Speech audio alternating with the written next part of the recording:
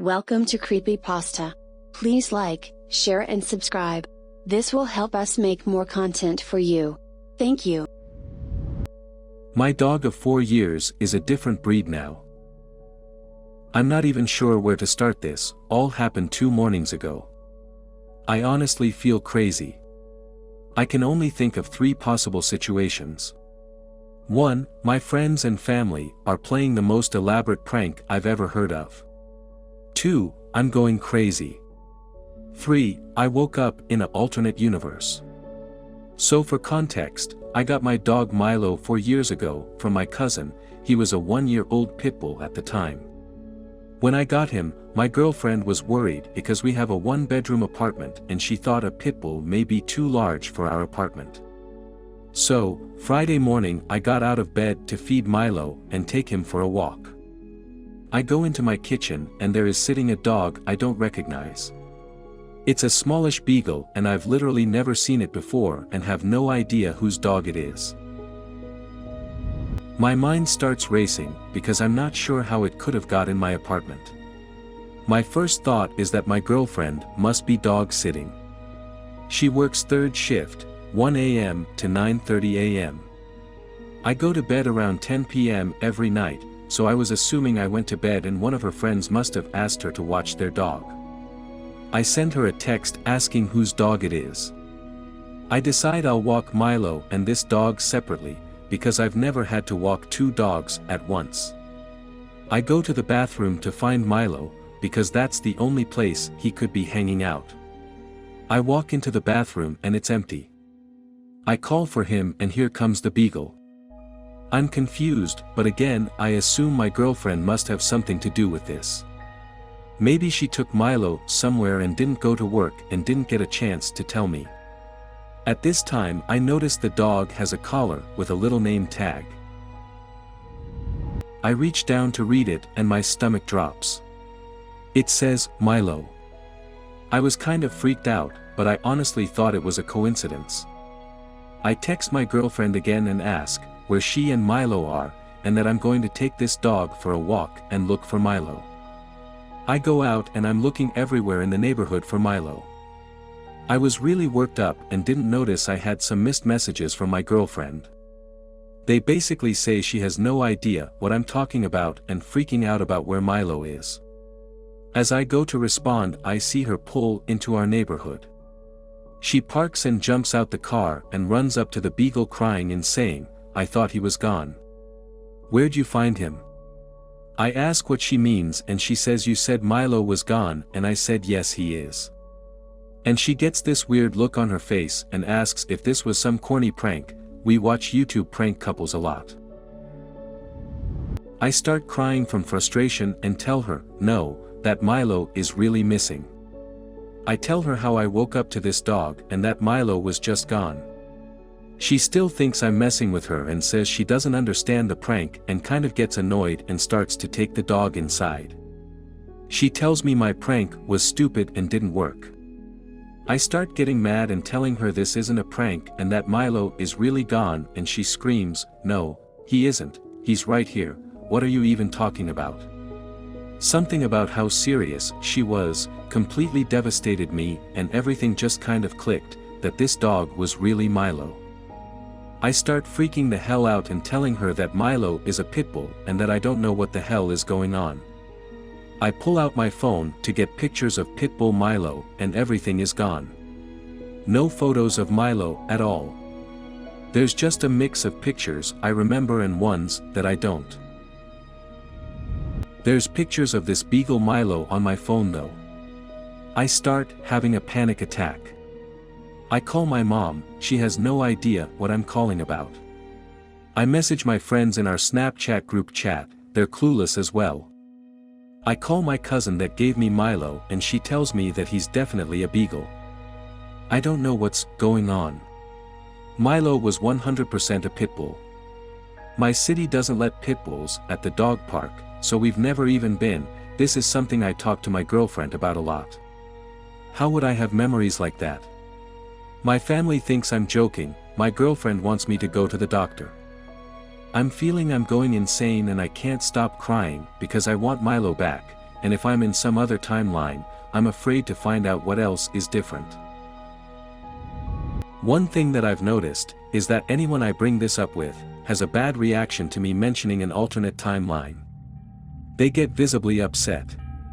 I'm so lost, y'all. I'm writing this more for documentation than anything. So in case I wake up tomorrow and everything's normal, maybe this post will still be here for me to show my friends and family. I'm sorry to ramble, y'all. I'm not even sure if this is the right place for this post. Edit. I'm sorry I haven't responded to anyone yet. I'm just very overwhelmed by everything. I'm taking every suggestion seriously.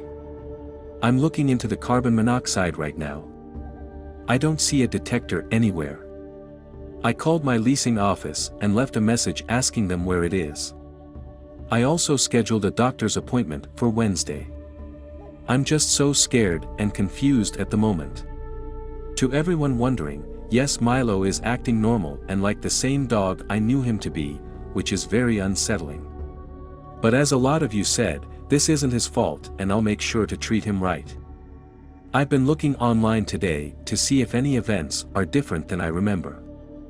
I also talked to family to try to verify stories from our past, but as I mentioned before, everyone I speak to is acting off. I can't explain it, but my family is just being oddly aggressive and dismissive. The only thing I've verified that is different than I remember is that my cousin that I got the dog from is saying that she originally got Milo from someone she knows. But I remember her having a dog named Choppa, and she had puppies and Milo was one of those puppies.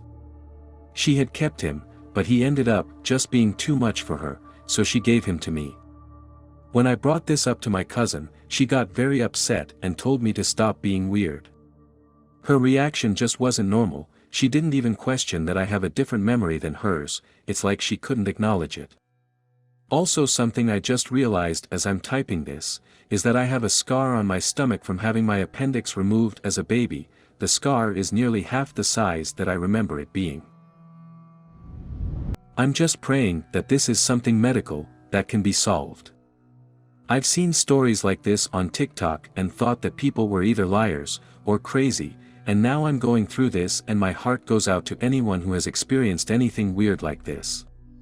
Again, thank you all for your advice, especially the people that have PM'd me with advice. I'm so terrified to find out other things don't match my memory. So far, everything else is the same. Same apartment, same car, same job, same friends and family. Comments. Assuming you are in a different timeline, could it be that in this timeline your relationship with your family is more strained, so they are reacting to you differently? I'm honestly starting to wonder if this is the case. I was speaking to my girlfriend and it seems like her and my mom have never really spoke or had that much of a relationship. From what I remember, they've always been super close. Me and my girlfriend have been together since high school. I literally just proposed to her the beginning of February. My mom was the first person I told and she FaceTimed my girlfriend immediately and they were both crying on the phone. My girlfriend said that she doesn't really know my mom and when I mentioned how odd she's acting towards me, she made the comment, "Well, you know how she is." I didn't press her further cause I'm already overwhelmed by everything. If I find out me and my mom aren't close anymore, I have no idea what I'll do. Your story is fascinating to me.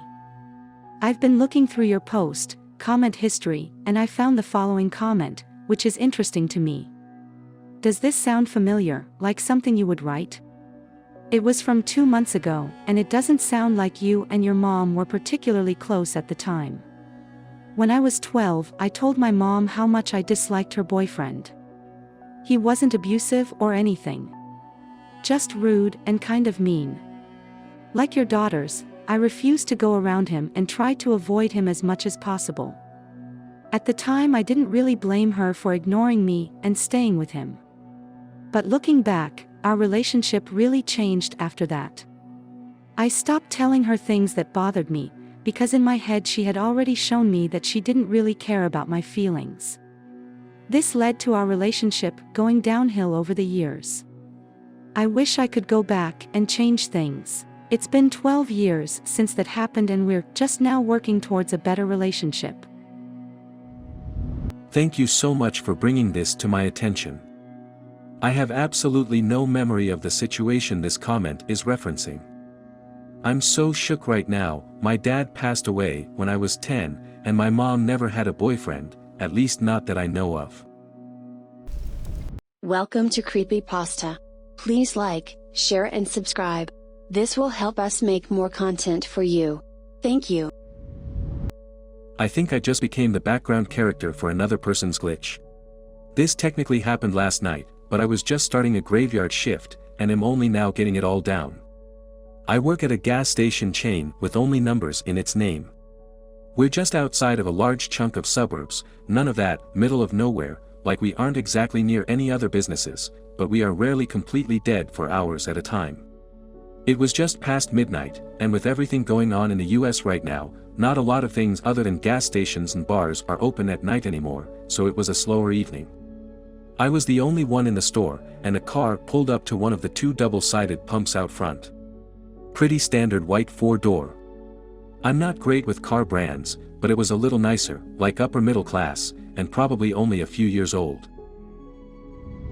A woman gets out, and starts walking towards our door, like she's in a daze. Legit, this woman looked like she saw a ghost. She wanders up, sort of freezes at the door for a second, with a 1,000-yard stare before opening it, and coming in. She didn't go looking for anything, didn't start shopping, just sort of stood inside for what felt like ages. Again, bars are still open, so I think maybe she's a little drunk, or had a rough night, or something, so I give the usual, "Welcome to gas station, let me know if you need any help finding anything," and she finally notices me, and immediately asks me the weirdest damn question I have ever been asked on the job. "You can see me, right?" "Yeah." "Like what else do you say?" She breaks down crying in the middle of my store, so I'm already headed around the corner to see what's up. I have my cell phone out, in case I need to call the cops or something for her. I get her to sit down on a nearby pallet of soda, and I'm grabbing her a bottle of water, and after she catches her breath a little, she tells me, "I thought I had died." Again, I'm thinking maybe she is on something, but she's a middle-aged woman who looks like a standard local suburban housewife. We're a pretty boring township without your average junkies, like you'd find closer to the cities. So, she asks if she can call her husband to pick her up and wait with me. She has her own phone and does so, not really telling him anything, either just where she is at, and if he can come get her. He says he'll call an Uber and be there as soon as possible. We're waiting, so far nobody else has showed up, so I'm keeping most of my attention on her, and eventually she starts to explain to me. I was driving home from dinner with my coworkers, and as I'm driving through nearby intersection I recognized a truck ran a red light and hit me. Now, her car is still at the pump without a scratch on it. She goes on to say she remembers her car being pushed into a pole, going airborne, and then nothing. I tried to calm her down, letting her know that her car is out front, and it looks fine, but she insisted that she completely blacked out, woke up in an ambulance for a split second, passed out again, and then woke up again in the driver's seat of her car, at the intersection waiting for the light to change, perfectly fine. This whole thing freaked her out so badly, that she drove to the nearest anything, us, just so she could get out of the car. Husband eventually showed up to get her. He asked if I had any idea what happened, and even though she sort of explained to me, I just shrugged because, no, I had no idea what was happening anymore. She reluctantly got into the passenger seat of the car, and he drove them back home. That was hours ago, after which I worked an entire shift at the station, trying to wrap my head around what the absolute hell I had just witnessed. I died in late 2015. I was given a second chance. I've never used Reddit before, but a friend of mine was talking to me about the glitch in the Matrix subreddit, so I decided to share my story here, since I don't have any explanation for it almost 3 years later. Rewind back to September 2015, I was a freshman who had just entered high school 2 weeks prior. Already school was weighing down on me, and I'd been continuing a habit I had, of going on walks to clear my mind. On this day, I'd been walking around a pond near my house.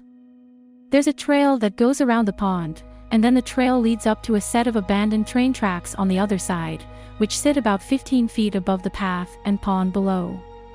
After walking the circle, I was crossing the train tracks when I decided I wanted some ice cream. The fastest way to get to the ice cream shop was to take the path below the train tracks, but there isn't any way to cross the pond without going all the way back around, and being 14 years old, I decided that I could just jump from the tracks onto the path below, and keep walking. Looking down from above, it didn't seem to be that far of a jump, so that's what I did. The next thing I remember after that was being half-conscious in an ambulance. Everything was extremely blurry and the paramedics sounded slightly panicked. I wasn't able to move either of my legs, so I think they were both broken. This scene continued on for a few minutes, until we arrived at the hospital and I was wheeled into the emergency room on a stretcher. I only had a few minutes in emergency before I eventually lost all consciousness, and that was the last thing I saw. After I'd been unconscious for what felt like about an hour, I opened my eyes, and I was on the ground. I just hit the ground after jumping, but this time I was fully conscious. I hadn't noticed this before I jumped, but there had been a car parked watching me. I think they thought I was attempting suicide, but it probably looked that way, and the people in it had jumped out and called an ambulance for me. The ambulance ride had been the exact same as it was the first time, and I was put into the same emergency room that I had died in before. The only differences between the two events were that I was fully conscious this time, and my injuries were much more minor. I was discharged from the hospital the same night, with only stitches in my lip, a slightly fractured jaw, and a mild concussion.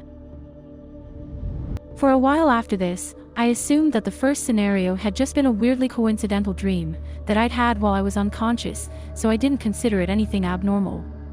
It wasn't until a few weeks after, when my mom told me that the people who had helped me said that I had been conscious the entire time. I hadn't been knocked out after hitting the ground or anything.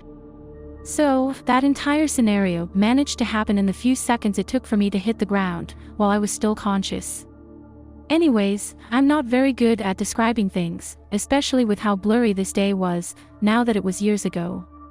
But, I'm 17 now, and I still have no way to explain what happened that day, other than I died, and was given a second chance. Incredible experience. Something similar happened to me in 2015, on New Year's Day at 3:30 a.m. in the morning. Walking outside of Denny's with friends, getting ready to hit the highway, my buddy asked me to drive home. I said no problem. I told them I needed to run back inside and use the restroom. When I came back to get into driver's seat, I looked back and told everyone to get their seatbelts on before we leave. While they were strapping in, I looked up the road and saw a car about 400 meters away. It looked strange, like all of a sudden it was accelerating at us. I said, "What the hell is guy doing?" Before we knew it, the car was flying at us into the parking lot. The last thought in my mind was, this is how it ends. And I felt the vehicle hit us, and smash into our face, and my teeth and body get smashed. I thought I knocked out. The next thing I knew, I looked at my body, and I was standing outside of the car looking at the vehicle that seemed to hit us. It somehow projected straight over us, hit the Denny's sign, and fell onto a car in the parking spot next to us. It was like we quantum shifted out of some reality. I looked to my friends to see if they were all right. Everyone was. One of the guys said, "Dude, we just died and quantum shifted. That's how real it was that we got hit." Later, the officers came to do the report. Everyone lived, including the drunk driver who fell asleep. The officer said, "How did the car fly over you guys?" "We didn't know." Another officer said, "This looks like the set of a Hollywood movie." There were a set of tracks through the grass in parking lot, where we were directly at the driver's side door within 1 foot of car. How it didn't hit us is a total mystery. The part that freaks me out is that had I not gone to the restroom, would that have happened? Maybe the truth is, we never die. One time I was on a suspension bridge, when it snapped, and myself and about 20 others fell with the bridge. Almost all of us, after talking later that day, reported a second or two where we felt we were unconscious, as if only while we were falling we blacked out and woke up on the ground. We all assumed that, while we were falling, the adrenaline rush kicked in, and for some reason that made us black out for a few seconds. I know this doesn't really help you much, but though I'd share my kind of similar experience. Think of time as a tree, with an infinite number of branches. Every time we make a choice, do I turn right or left, do I move to this city or that, another branch is formed. If you were to die in this timeline, you would be dead as far as you and anyone else in this timeline was concerned. Some people report feelings of disorientation and time loss. They've reset, so to speak, from the point at which they made the decision that led to their death. Some people report that they've subsequently noticed that little things around them have changed, or even big things. As a matter of fact, if you're interested in it, look into the multiverse or infinite universe theory. Michio Kaku puts it, I think, in an understandable way. Quantum immortality is rooted, generally speaking, in genuine scientific theory, albeit with a whole lot of guessing and faith in the mix. For me, it's a comfort to believe that somewhere in the infinite multiverse, there's a version of me that still has loved ones that have passed. Welcome to Creepypasta.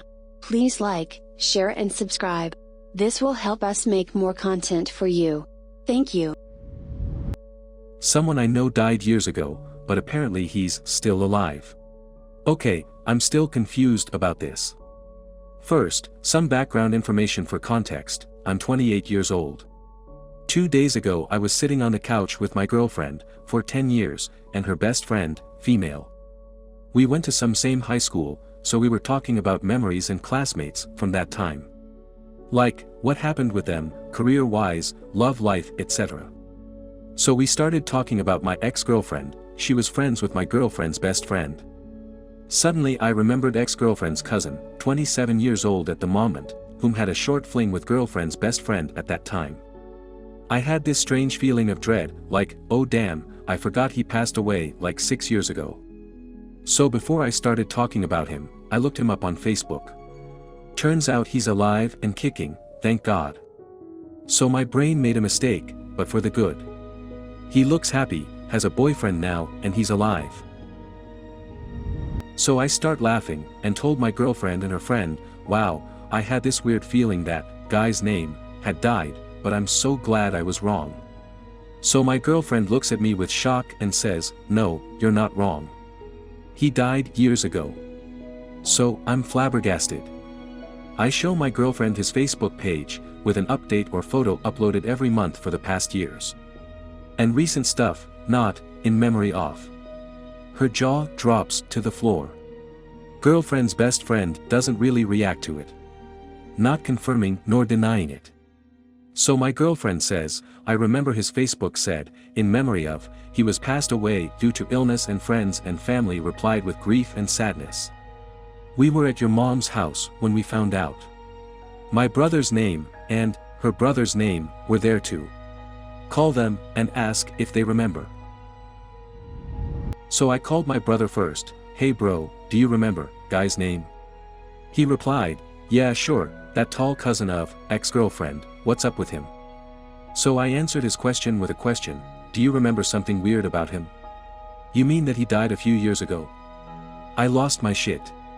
Told my brother he was still alive, and my brother was very sure it happened. I even came with the suggestion that maybe we got two guys mixed up. My brother said, nope, 100% sure it's him.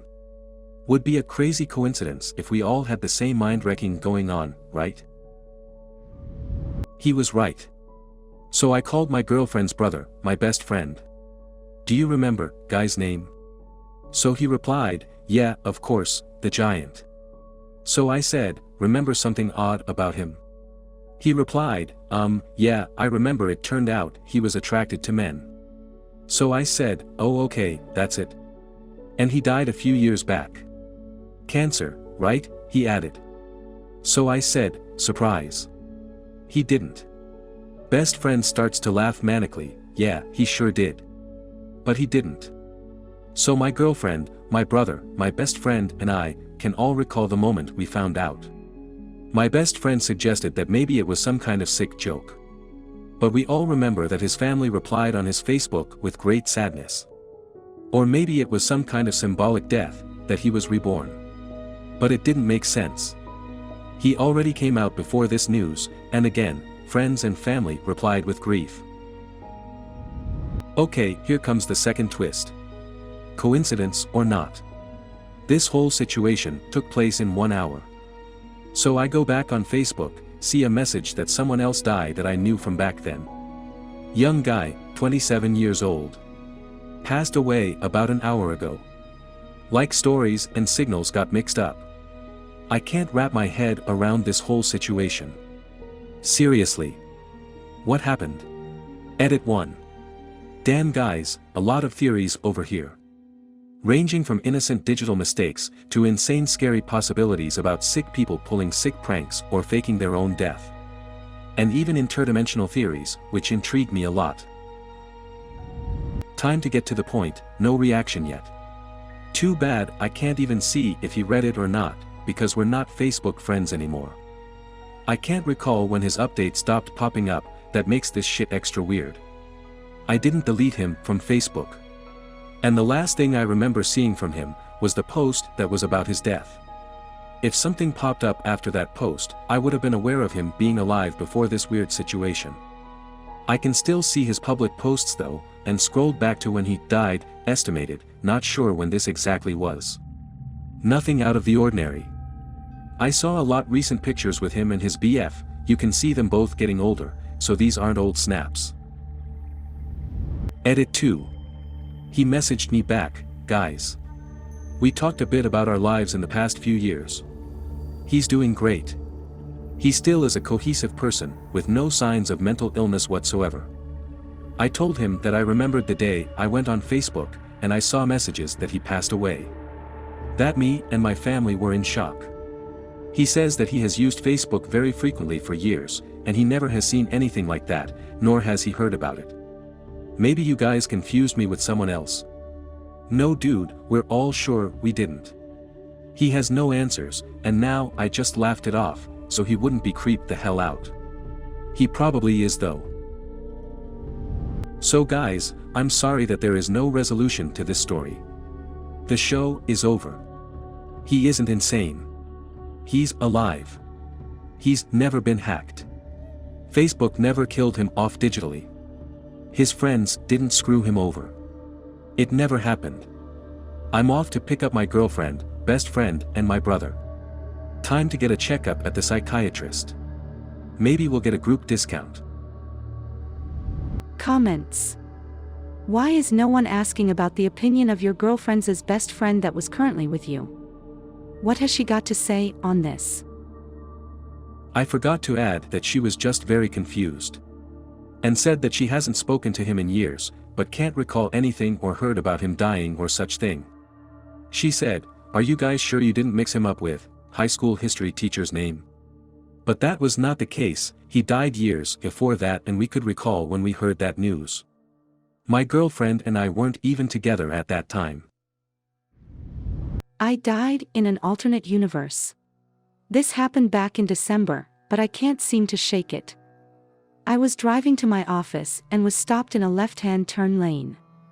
A car came up behind me and I was suddenly overcome with this intense fear that they were going to hit me. It was a cold fear unlike anything I have ever experienced. The car behind me came to a gentle stop a couple yards behind me, as I watched in the rear view mirror. Suddenly, I felt an intense jolt through my body, so much so, that I felt the car move when I did. I checked to see if the car was in the same spot.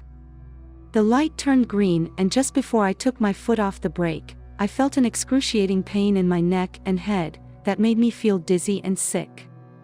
There was an overwhelming smell and taste of gasoline.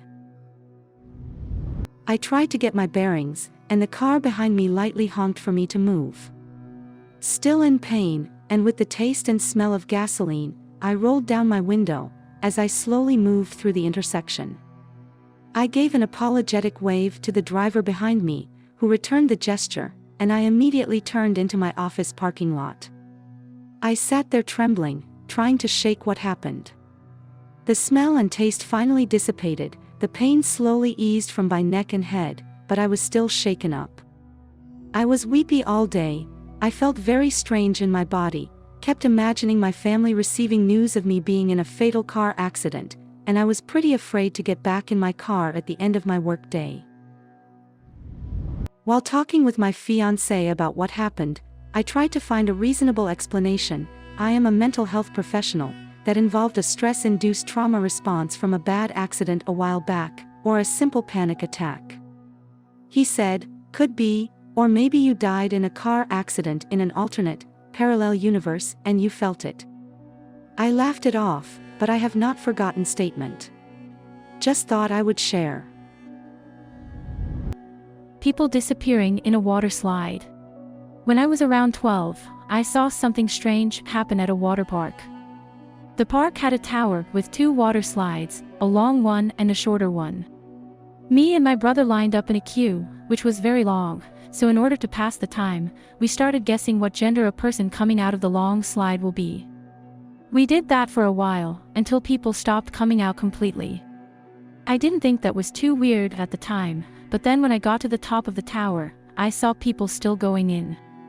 I freaked out and told my brother to take the short slide. We did, and we met our parents at the bottom of the slide, in a pool. They confirmed that no one had come out for like 10 minutes, even though I saw people going in. The first people started coming out about 5 minutes afterwards. To this day, I have no explanation for what happened to the other people. Welcome to Creepypasta. Please like, share and subscribe. This will help us make more content for you. Thank you. The red lamp. I lived an entire life while I was unconscious. Throw away account, cause this is really personal. My last semester at a certain college, I was assaulted by a football player for walking where he was trying to drive. Note, he was 325 pounds, I was 120 pounds, while unconscious on the ground I lived a different life. I met a wonderful young lady, she made my heart skip and my face red. I pursued her for months, and dispatched a few jerk boyfriends before I finally won her over. After 2 years, we got married and almost immediately, she bore me a daughter. I had a great job and my wife didn't have to work outside of the house. When my daughter was 2, she, my wife, bore me a son. My son was the joy of my life. I would walk into his room every morning before I left for work and doted on him and my daughter. One day while sitting on the couch, I noticed that the perspective of the lamp was odd, like inverted. It was still in 3D but just wrong. It was a square lamp base, red with gold trim, on 4 legs and a white square shade. I was transfixed, I couldn't look away from it. I stayed up all night staring at it. The next morning I didn't go to work, something was just not right about that lamp. I stopped eating. I left the couch only to use the bathroom at first, soon I stopped that too, as I wasn't eating or drinking. I stared at the lamp for 3 days before my wife got really worried. She had someone come and try to talk to me. By this time my cognizance was breaking up, and my wife was freaking out. She took the kids to her mother's house just before I had my epiphany. The lamp is not real, the house is not real, my wife, my kids, none of that is real, the last 10 years of my life are not real. The lamp started to grow wider and deeper, it was still inverted dimensions, it took up my entire perspective and all I could see was red. I heard voices, screams, all kinds of weird noises, and I became aware of pain, a shit ton of pain. The first words I said were, "I'm missing teeth," and opened my eyes. I was laying on my back on the sidewalk, surrounded by people that I didn't know, lots were freaking out, I was completely confused.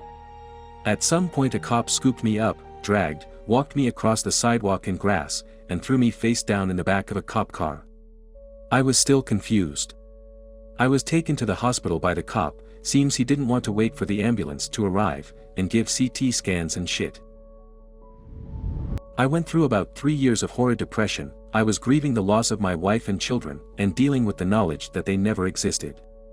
I was scared that I was going insane as I would cry myself to sleep, hoping I would see her in my dreams. I never have, but sometimes I see my son, usually just a glimpse out of my peripheral vision. He is perpetually 5 years old, and I can never hear what he says. Edit. I've had many PMs describing similar experiences, and 3 posters stating such experiences are impossible. I'd say more research needs to be done on brain functions. Pre-med students, don't assume you know everything.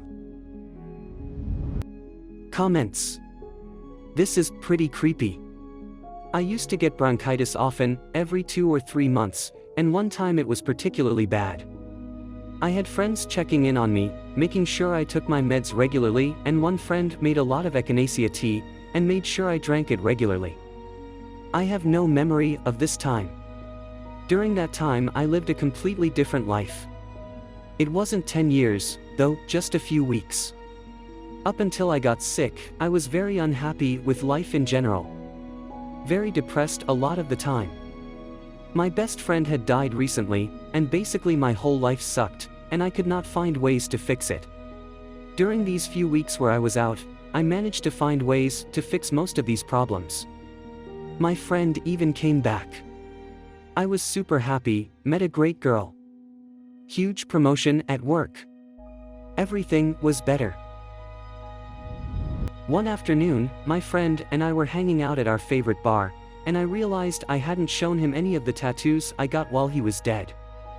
I went to show him the one I got in memorial of him, and it was literally dripping off my skin.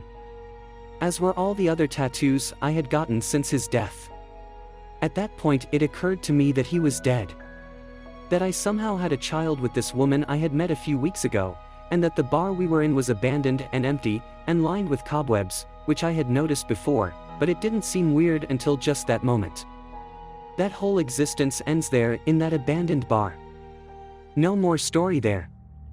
I assume this is when I started walking around on my own again, but I still have no memory of that either.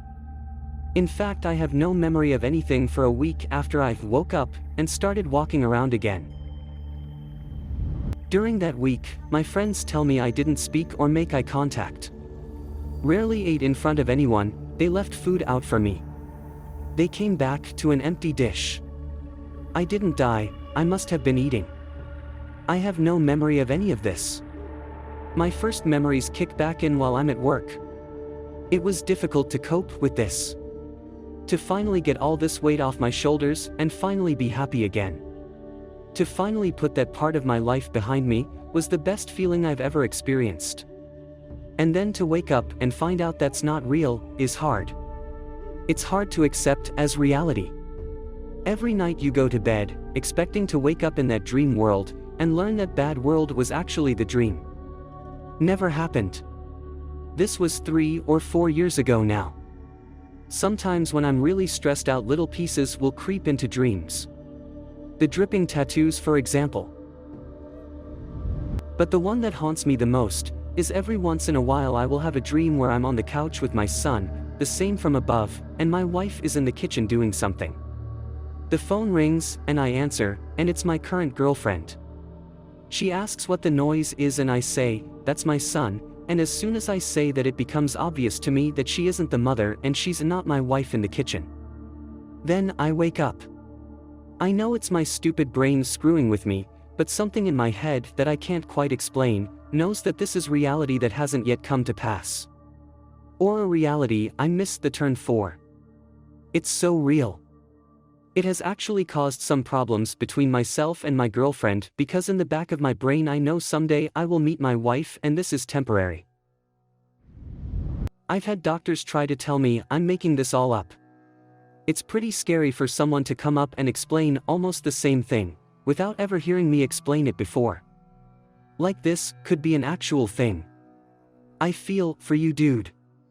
I can't explain how painful it is to lose something that great. And then have to try to explain to yourself that you never had it to begin with. I have a question though. Do you ever run across things like that lamp in the real world? Does it terrify the hell out of you? Years later, I still have moments where I think I see something glitchy like that, and the anxiety is instant. Like I'm about to lose my reality again. Wow, dude. Scary day now. Thanks for posting this. I've never talked about this before, and it's somehow comforting to write it all down. OP. I'm terrified of finding the lamp in real life. My life is pretty great right now, and to wake up and find all my adventures, achievements, romances and goals not, would be pretty hard to deal with, unless I woke up next to her. I understand the anxiety of not knowing which reality is really reality. The interesting, and perhaps scary, thing to think about is, what if it isn't real, and you reading that man's story on the internet is just your way of telling yourself that this isn't real? And this would be telling you the same. You clearly had a pretty intense, near-death experience. There isn't scientific consensus, so we can't say for sure, but your experience may have been the result of a release of a massive amount of DMT into your brain from the pineal gland, due to the amount of stress your body was under. I once dreamed I lived for 100 years as a farmer. I remember my whole life working in a field somewhere in a fictional location in Europe, getting married, my wife dying, adopting a wolf as a pet dog, hiking through the country. I traveled often afoot for days and weeks, away from my home, going into town, growing old, dying. Looking back, I can remember specific days in that life. Profound experiences I had. My approach to death. And they each stand out to me as something I experienced in real time, never rushed, but sometimes blurry. And at the same time, I know that the dream took place over the course of one night. The thought of those conflicting time schemes isn't really rationally reconcilable. I understand it on an emotional level, like a thought that's also a feeling. But I have no frame of reference in reality that makes describing my understanding of it possible. Welcome to Creepypasta. Please like, share and subscribe. This will help us make more content for you. Thank you. Experiencing the spiral of a time glitch. Let me describe to you how it feels to be in the middle of a glitch in the universe, for days on end, slowly realizing the isolation of being on an objectively different continuum from everyone around you. Back when I was in college, a creeping time phenomenon created no small headache in my life, and forever changed how I appreciate basic assumptions, like time and continuity. For context, this was before I, and most other university students, carried a cell phone. For me, and most everybody else in those days, clocks were primarily on your wrist, on walls, on appliances, and on your nightstand. They were not synchronized to the internet, you set them yourself, and it was normal for them to be a minute or two off from each other. If the electricity went out, you had to reset every clock that didn't have a battery backup. I didn't usually wear a watch, so I just kept an eye on clocks at home or at class. All of this becomes important later. It all started when I missed the bus. Specifically, I missed the shuttle bus to campus. That was annoying, of course, because it meant I would be late to my morning class and have to hoof it a little more than a mile or so to Central Campus. I was rarely late, so my professor probably wouldn't give me a hard time. No big deal, just an internal eye roll and a self-promise not to miss the bus tomorrow. The next day, I kept closer tabs on the time as I went through my morning routine. I stepped outside with easily a minute or two to spare before the shuttle's assigned stop time, locked my door, and jogged across the community lawn to the bus stop on the corner. I got there just in time to see the bus leaving on its way through the next intersection. Privately piqued. What kind of acrimonious prick of a bus driver leaves a popular bus stop early? The next shuttle would be at least 12 minutes later, so I speed-walked to campus and arrived at my morning class just late enough to annoy the professor, for the second day in a row. This was a small language class and it met 5 days a week. Walking in late twice in a row did not go over well. Not a great start to the day. Shrug it off. Tomorrow's another day. The next morning I double-checked the time at every station of getting ready for the day. My old alarm clock on the nightstand assured me I was on track. In the dated kitchen, the stove and microwave agreed that this morning would be different from the last two. I sauntered to the bus stop with at least 5 minutes to spare. I knew I was on time, so my mind was already thinking about class and the rest of the day's tasks. After a few minutes, the bus hadn't arrived. Something in the back of my mind was perturbed to note that I was alone at the bus stop when normally a half dozen other students were there with me. I waited a few more minutes, no bus in sight. Let down again. Under my breath, I cursed whatever incompetent entity was in charge of the farcical bus system and this clearly mismanaged university as I trotted to class.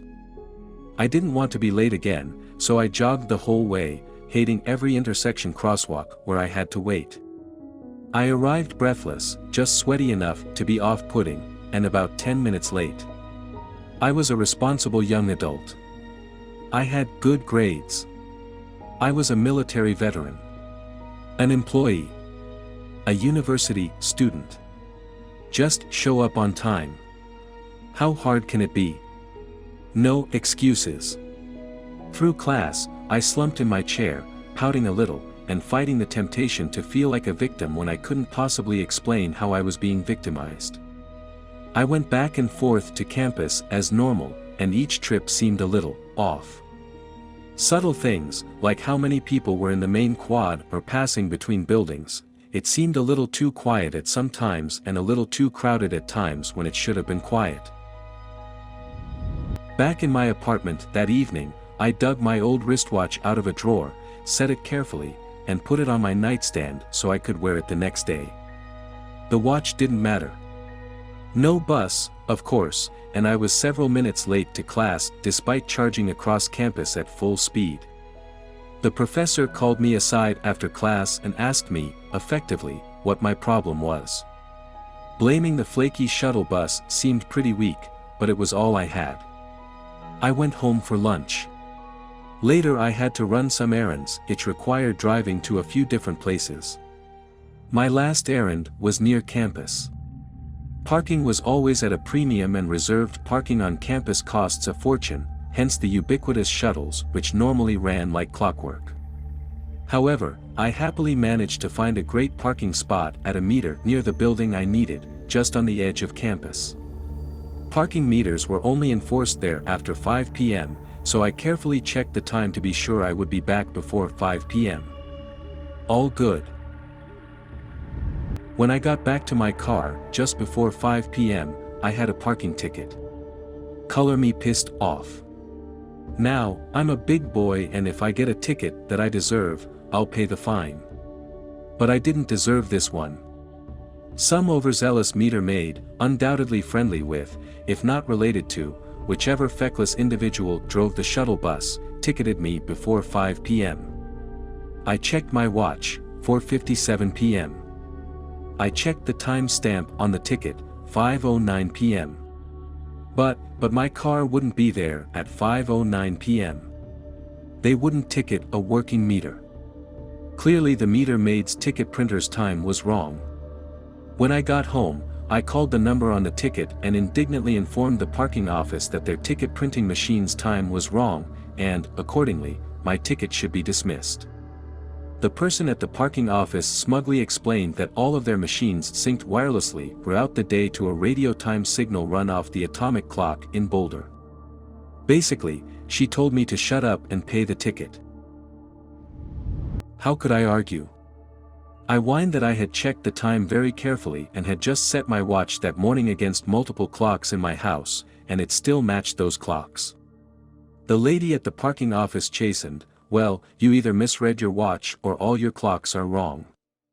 Thanks for calling, please pay the fine, goodbye."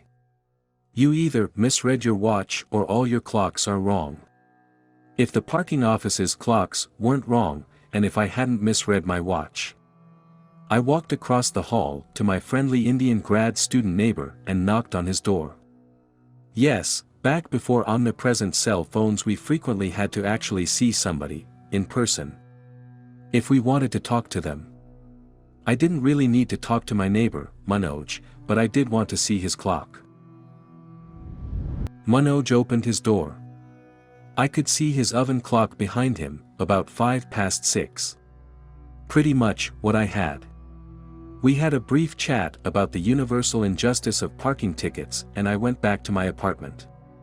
With Manoj's clock to back up my clock, I knew my clocks must be right. But why would a meter maid ticket a perfectly good meter? Why would a bus leave early or fail to show, day after day? Why am I arriving late to so many classes? I had theories, but no single answer to reconcile those items. The next day, Friday, was even worse. I didn't even bother wearing a watch or trying to catch the unreliable shuttle which had been so faithful until this week. I left my apartment 20 minutes before class started, walked the mile in about 10 minutes including intersections, and showed up 10 minutes late. The professor glared at me and all I could do was glare back because now we're both ticked off. I seriously began to consider that I was the unsuspecting victim of a vast prank. Everywhere I went, I seemed to be in a slightly different time zone from others. Everybody seemed to be acting naturally, but it was like the whole of campus was slightly accelerated, slightly more informed, except for me. Was this paranoia? Was I going crazy? Sure, I'd been stressed lately, but was I finally losing my ability to function conventionally? A sense of profound isolation descended upon me. Everybody around me creepingly began to seem suspicious and unfriendly. Were they all secretly laughing at me? All I could do was try to carry on as normal, but I didn't feel normal at all. Back home, I locked my door and closed the curtains. I booted up the wheezy old desktop computer, switched on the clumsy cathode ray monitor, got online, loaded up this popular newish search engine called Google, and searched, "What time is it?" After a few grunts and groans from the computer, the result on the screen said, 4:36 p.m. locally. My watch said, 4:19 p.m. My microwave said 4:18 p.m. My oven said 4:18 p.m. I went into my bedroom and checked my alarm clock. 4:19 p.m. Why was the internet 17 minutes in the future? Two could play this game. I reset all of my clocks to match what the Google said the time was. I wouldn't have class again until Monday. Monday morning came. I left my house early and I missed the bus. But I could see it pulling away, so I must have only just missed it. I ran to campus and arrived to class a few minutes late because of course reality continued to mock me. When I finally reeled home after another disorienting day of perplexity, I booted up the computer again and checked the time. It was nearly 15 minutes ahead of every clock in my apartment. But this time my wristwatch matched the time on the internet. I was completely mystified. The only explanation was that somebody was sneaking into my apartment and incrementally setting my clocks back. How did I have an enemy so diabolical as to devote this much attention to such an elaborate prank? And how did they get my neighbor's clocks, too? My head was spinning. What could possibly be going on? What did my clocks have in common? And then it dawned on me. All of my clocks were all plugged into the wall. They were all on the same source of electricity. They were all digital. Digital clocks, plugged into a wall, keep time based on an alternating current power oscillation. If something was wrong with the power grid, it could affect the clocks, including my neighbors. The remaining question was whether or not I, in my student housing to the east of campus, was on a different grid from the main part of campus. After a series of phone calls, I got put in touch with the man in charge of power and electrical utilities for the university. It was obvious that he had no idea why a student would be calling him. Electricity man, hello. Me, yes, hi, are you the guy in charge of electric grids for the university? Electricity man, yes, who is this? Me, I'm a student. I live at XYZ, the student housing east of XYZ Boulevard about a mile east of main campus. Electricity man, And? Me, am I on a different power grid from main campus? Electricity man, size, yes, there are two grids, the main one and a smaller one. Your outlying complex is one of the few residential buildings on the B grid. Why? Me, well, I keep missing the bus. Electricity man, what? Me, and I got a parking ticket. Electricity man, I don't know why you're telling me that. Me, and I keep showing up late to class. My professors are mad. And I reset my clocks, but the internet says they're wrong. And I'm realizing I sound like an emotionally disturbed circus of an individual. This busy man is the first person to whom I've actually been able to express my fear and frustration. I guess it had been building up and now it's kind of pouring out of me. Electricity Man replies kindly, son, you sound stressed. I think you should call somebody who can help. Panting slightly. I half shout, no, you don't understand. All of the clocks plugged into my walls are slowing down. A beat of silence. His tone is very quiet, like he's murmuring to himself. Holy hell, speaking to me again, excitedly, when did this start? Me, I don't know exactly. About a week ago, but I think it's speeding up. First it was just little things, but by the end of last week it was like I was in a different time zone, about 15 minutes behind the rest of the world. I reset all my clocks on Friday and today I'm way off again. He thanked me profusely and explained that this little piece of information was the missing link in a chain of frustration that he'd been working on and now he knew exactly what he needed to do. Something about the electrical load on the grid not being properly synced to the generator's frequencies. I really wasn't in a state of mind to follow the explanation. He hung up before I could ask him if he could call the parking office and perhaps my professors and put in a kind word for me. I didn't miss the bus the next day. I was extra pleasant to the driver. But the parking people still made me pay that parking ticket. Welcome to Creepypasta. Please like, share and subscribe. This will help us make more content for you. Thank you. Elevators freak me out. First off, I know this is nothing compared to other stories on here, but I chose to share, because why not? Before and after this incident, several other things did and continue to happen to me, strange things. I have just gotten used to it and have learned to appreciate them. So, this was when I was about 8, in 2001. My mom, brother, aunt and grandma had all traveled to Chicago to see Dinosaur Sue. We had been staying in a hotel nearby for about 5 days. It was very upscale, new, and overall very nice. Those entire 5 days, my mom would let me run ahead to the elevator, when returning to our room from swimming, getting ice, etc., and let me ride up alone, since our room was right to the left of the elevator when you got off, and my grandma would always have the door cracked. So, one day, on the way back from the pool, literally just got out, wet hair, suit, towel, I did the same, ran ahead and entered the elevator. Pressed the button for the 7th floor. There is only one elevator in this hotel, by the way. Once I got to the 7th floor, which I knew by the signs outside the elevator, I went to the second door to the left, like I had maybe 20 times before that week. I knocked and knocked. Nothing. I remember becoming weirdly alarmed at this point. Best way I can describe it. Even though I was smart enough to know I could always just return to the lobby, or that my mom would be arriving shortly. So while wondering why my grandma wasn't answering the door, I returned the few feet to the elevator. And waited for my mom and brother. I saw on the display that the elevator was arriving on floor 7, the floor I was on. Which was clearly written on the sign.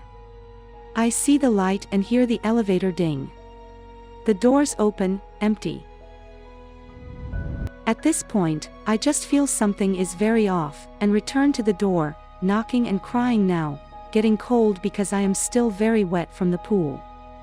Finally, after no more than 1 minute, a very old woman answers the door and says, "Dear, I told you already yesterday, this is not your room."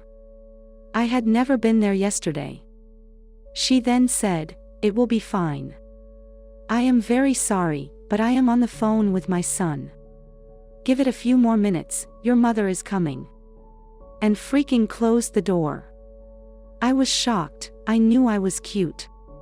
And how could anyone close the door on a crying kid who lost their mother, especially a woman who seemed like the caring grandmother type. Almost immediately after she closed the door, the elevator opened, and my mom ran out crying and grabbed me. She was saying, "Oh honey, where were you? I have never been so worried." She then went to open the door. Not our room. She was stunned. The whole time I'm trying to explain I had been here. And my timeline of events had only been about 5 minutes. Her still hugging and holding me, she kinda just went into autopilot and went back into the elevator with me. She pressed 7 again.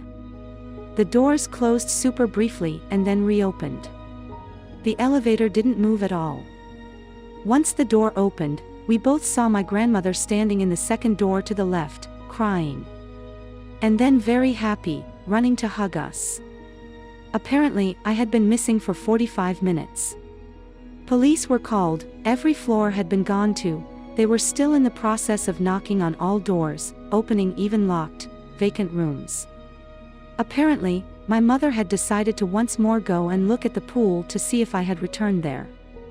Then, after seeing it empty, she took the same, only elevator back up to 7. Only this time, out of the multiple other times that day, she found me. Only this time, out of the multiple other times that day, she found me.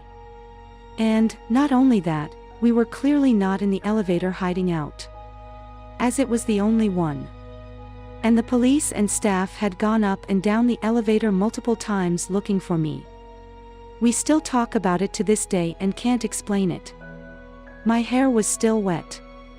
The police were kinda pissed until the hotel staff pulled up the camera showing me getting on the elevator, but then never getting off. Then, what was the creepiest, was that when my mother got on from the lobby, you see her get on, then 10 minutes passed, and then she gets off at floor 7 with me in her arms. They went through all cameras, on all floors, which had very clear angles of the elevator on each floor. Nothing. I swear, the staff was freaked out, as were the police. They were almost convinced someone had taken me and then became freaked out and left me shortly after. They were stumped as to why my hair was still wet. But they couldn't refute the cameras, as they were high resolution, working correctly and everything. I have always wanted to call back and see if they still talk about it years later. I just don't want to mess with it. Because it's not like I even see the event as serving a purpose, you know? I have no clue who the woman was, nor was I ever able to identify her. Because for the investigation, even after they found me, they locked down the hotel and all possible exits and had a perimeter. Chicago does not frick around, by the way, with possible abductions. Every guest in the hotel was more than happy to help. Women from ages 50 on, all willingly let police take photos. Not one of them was the woman I saw. This woman had very blue eyes, like very. The only possible connection I can think of, is that the woman and I had almost identical eyes. I have kinda a rare color for how dark my hair is. Comments. The old lady in the room, could be you in the future, maybe. Would explain why she knew your mother would come and pick you up, and why she didn't seem bothered. You knew it was best not to mess around with the timeline of your past self and played along. Not sure why she said you were there yesterday though, could be because she was experiencing déjà vu, perhaps. Exactly. I kinda wonder this too. But feel weird assuming such a crazy thing. Things we can't explain blow my mind. This is a great theory. I just don't get why. So glad I found this sub. She was the you that took the elevator to that floor and couldn't escape. You're the one that broke the loop. Your story is incredible. You mentioned that strange things happen to you often, can you share them? Of course. They are nothing compared to this really, just little event here and there. The good part about this happening, is that my mom and grandma never questioned me again when such things would happen. When I was 8 and in grade school, I was sitting in class when all of a sudden my friend next to me said, "Hey, look at that man on the sidewalk, pure boredom here. Seeing a human outside the school was very exciting. I turned and looked. Right as I did, the man blew me a kiss and walked off down the street. It was my grandpa. I was like, what the hell? After school, I was picked up by a friend's parent and taken straight to gymnastics. When I got home, I was about to tell my parents I saw Papa Al, when my dad told me to sit down. Very nonchalant, I said, "It's Grandpa Al, isn't it?" My parents were horrified. Even my dad, very strong Catholic, no BS, left the room. Apparently, my grandpa, very healthy, had a stroke on the highway and had died that day. To me, this is more paranormal, but I will post others. This is just one of many. Through the years, I have come to think I get these feelings and these weird things happen, due to the fact that maybe it's because I have severe ADD, like not the whole, I can't focus stuff. And I have always been very creative and written songs since I could speak, some creepy stuff too, when I was too young to even know what it meant.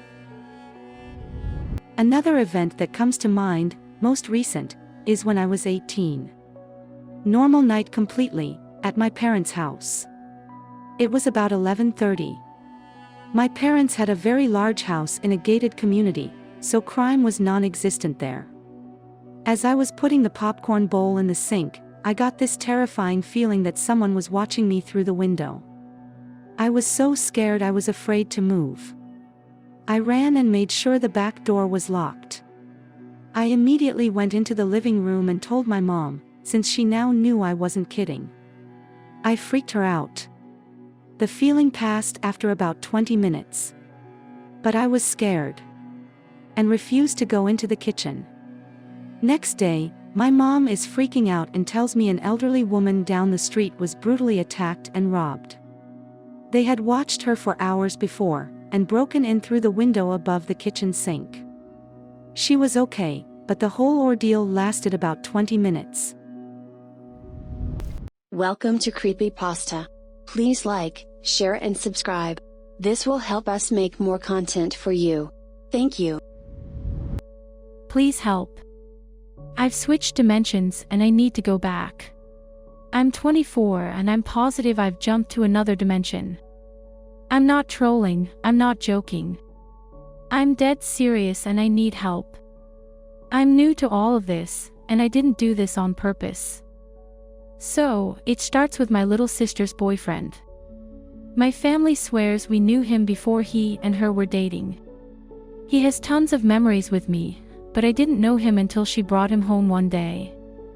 I have no memory of him whatsoever. It bothered me, but I brushed it off. Then, my friend Cheyenne was telling me about this time she hung out with me and my friend Ashley, how we made cheesecake, sang karaoke, and tons of other things. I thought she was joking because I have no memories of it at all. None. But I called Ashley, and she remembers it and is confused as to why I don't. And I feel like I'd remember that because Cheyenne and Ashley aren't friends. Like, different social circles. They only met because of me. So why wouldn't I remember us all hanging out? Next, I was talking to my friend Carrie and I asked her why our friend from high school got divorced. She told me our friend Nicole was never married, she just lived with the guy. But I know Nicole married the guy because she invited me to the wedding and I couldn't get off work to go and I felt bad. I remember where they got married, I remember her dress, I remember what the cake looked like, I remember the pictures of it and everything. But it never happened. But I remember it happening. I remember seeing the pictures on Facebook, and I went back to look, but they aren't there. And finally, my relationship with my boyfriend has always been amazing. We have our moments like any other couple, but nothing major. We've always had a good relationship. But it all changed all of a sudden. Literally, I woke up one day and everything was different. He's very hateful, very rude, and not affectionate at all. He's always been very affectionate with me, but now he barely even gives me attention, and this just isn't normal for us. Those are the major things, but there's smaller things too. Like lyrics to songs being slightly different when I know that it's wrong. Especially songs that I love and listen to all the time, they're slightly different now. I do have anxiety and borderline personality disorder, full disclosure. But I've always been able to manage them, and I've never experienced something like this before. I don't think it's my mental illnesses. I just don't know what to do, and I don't like it here. Any help, advice, anything is greatly appreciated. Comments. My friend is missing part of his right frontal lobe. Just born without it. He didn't find out until his early 20s, when he woke up one day, called our friend, and asked when her flight got in because she was coming up to visit him in New York. She had to tell him she just got home. She stayed with him for 10 days and they went to museums and parties and whatever. Turns out he'd had a seizure, but the kind where you function fine but lose time. Totally manageable condition now, but it was real weird for a bit. Anyway, I'd get that brain scanned just in case. Did you recently experience a traumatic experience? I was in a bad car accident and survived. Everything changed instantly. Relationships seemed to go opposite, similar to what you mentioned. I was almost in an accident, but it was really weird. I was turning, and I looked before turning and there were no vehicles coming, but as I was turning, a car came out of nowhere, had to swerve pretty bad to miss me, and then it's like the car disappeared, because I didn't see it after that. I looked behind me, and down the street to make sure they didn't wreck, and they were gone.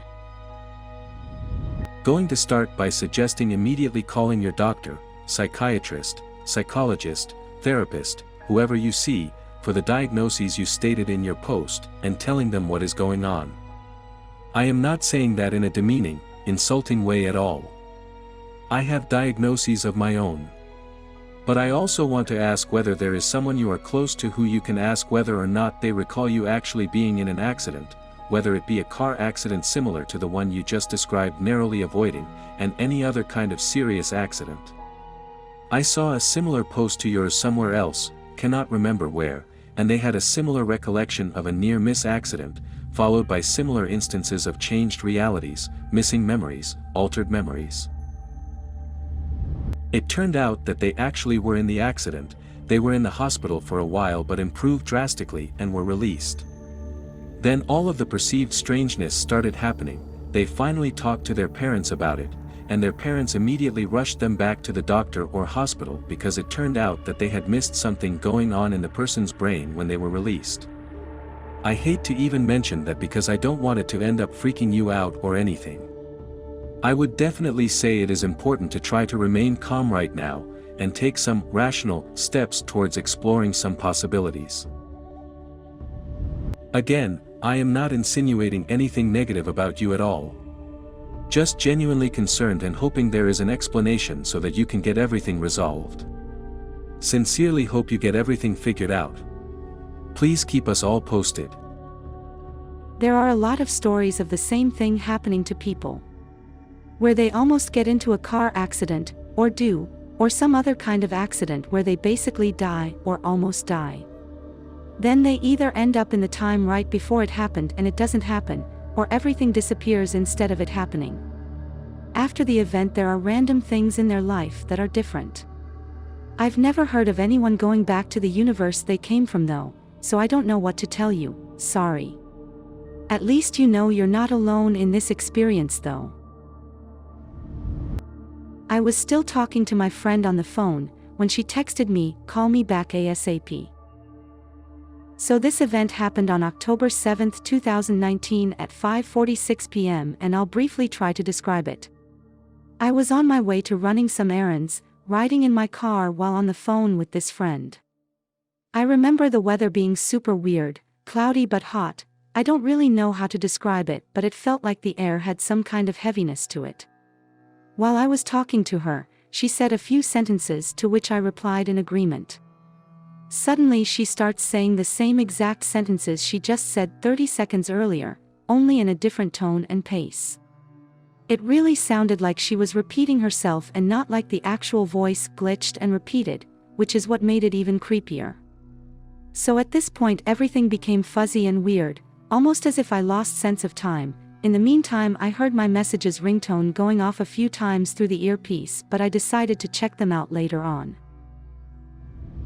So I go on and tell her I'm pretty sure that she already said to me all of those things, and the most unsettling thing is that her voice would stop whenever I tried telling her, as if she was actually listening, but would continue on as soon as I'd go silent, without saying anything regarding the fact she was repeating herself over and over.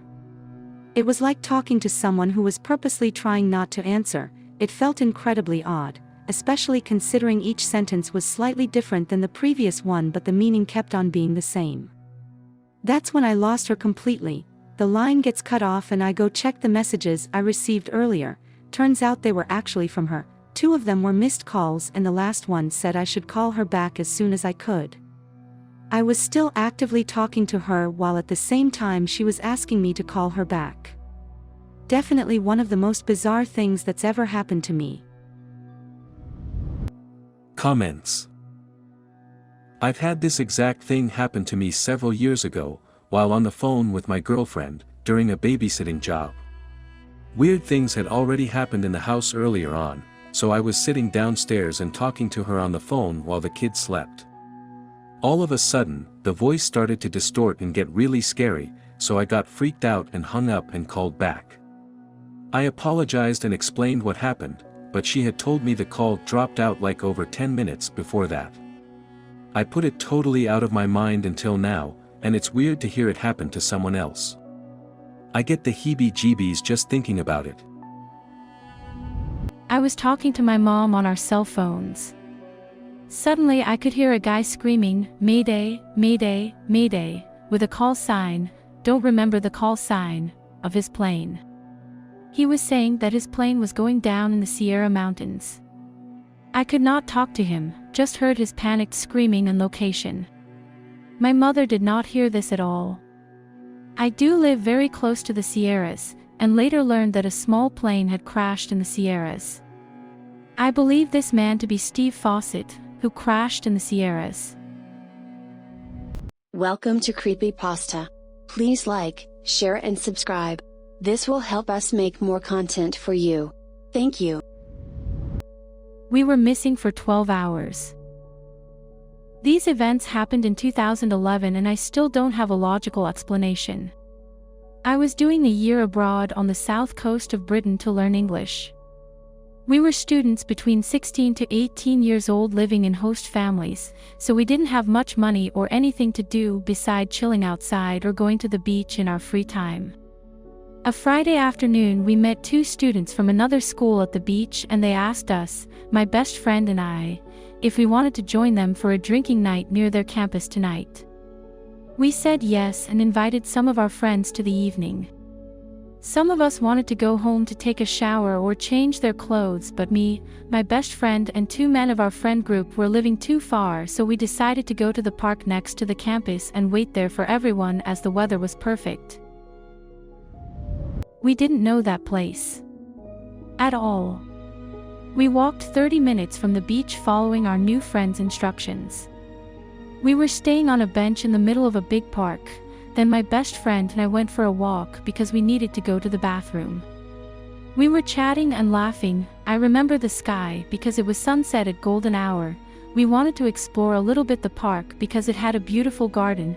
I remember seeing a green maze and asking my best friend to go there and nothing else. With my best friend we woke up at 8:30 a.m. in her bed in her host family's home. We were wearing pajamas, feeling great and nothing messy in the room. What the hell? We opened Facebook to ask everybody what happened last night, and nobody had an answer. The problem is we had a reputation of being outgoing and unpredictable, so when they didn't see us coming back, the boys didn't took it seriously, and started drinking, not giving a damn about us. Later, other people joined, and everybody thought we were back home. We didn't know the road from the park to her home. Didn't have smartphones or maps. Didn't have money for taxi, public transport. Some more informations. 12 hours complete memory loss, sunset at 8 p.m. Alcohol was present but we didn't drink yet. No drug, and we were all underage students. Every house/road looked the same in this city and we didn't know the neighborhood. Best friend's host family didn't hear us coming back. No injury, hangover, dizziness. It happened at Gildredge Park plus Manor Gardens, but what give me goosebumps is that I don't see that maze anymore on maps. 10 years later it still bothers me. We were best friend in England but didn't see each other since. I managed to find her on Instagram and asked her if that's all in my head or if she is also still freaked out by this story. She has no explanation and tried to not think about it anymore. I'm glad because some people don't believe my story and these screenshots are a little evidence. What is your theory? What happened? Comments. There are some possibilities. You both got drugged. And then returned home silently in the middle of the night. You can't remember anything due to the drug's effects. You got kidnapped by fairy, fae, jinn, or whatever it is. Then somehow you got returned home or you go home by yourself but under a kind of spell so that you forgot everything. This story is fake. I know, I don't want to be that guy. I believe you but it's a possibility regardless. You slipped dimensions. I know it's obvious that we got drugged but that seems impossible for me. We weren't intoxicated when we were walking in the park and both of us remember absolutely nothing for 12 hours, it's too much time. We didn't know where to find drugs, so who would drug two girls then take them back home safe? So strange. I want to believe the fairy theory. Do you have more infos? I read a lot about alien abductions but we didn't have scars or pain. The story may be fake, it looks like a lie. That's why I was so happy that she confirmed my story 10 years later. I have the screenshots in French if someone is interested. I want to believe the dimension skipping theory too, maybe quantum immortality. We asked everybody, and no one knows what happened. I trust the guys who were here at the beginning, we are still friends today and they never touched drugs. But you could be right. I think I called myself. I've been reading the stories on this subreddit and have enjoyed them, so I thought I would share my own weird story with you guys. It happened in early 2000, when I was working at a juvenile detention center, in a small town in Oklahoma, as a corrections officer. I was working nights at the time, and went to work at 9 p.m. This one night, when I arrived for work, my supervisor looked confused and asked me what I was doing there. I said, I work tonight. And he said, but they said you called in a few hours ago saying that you were sick. I was a bit confused and said, it must have been someone else and they got the message wrong.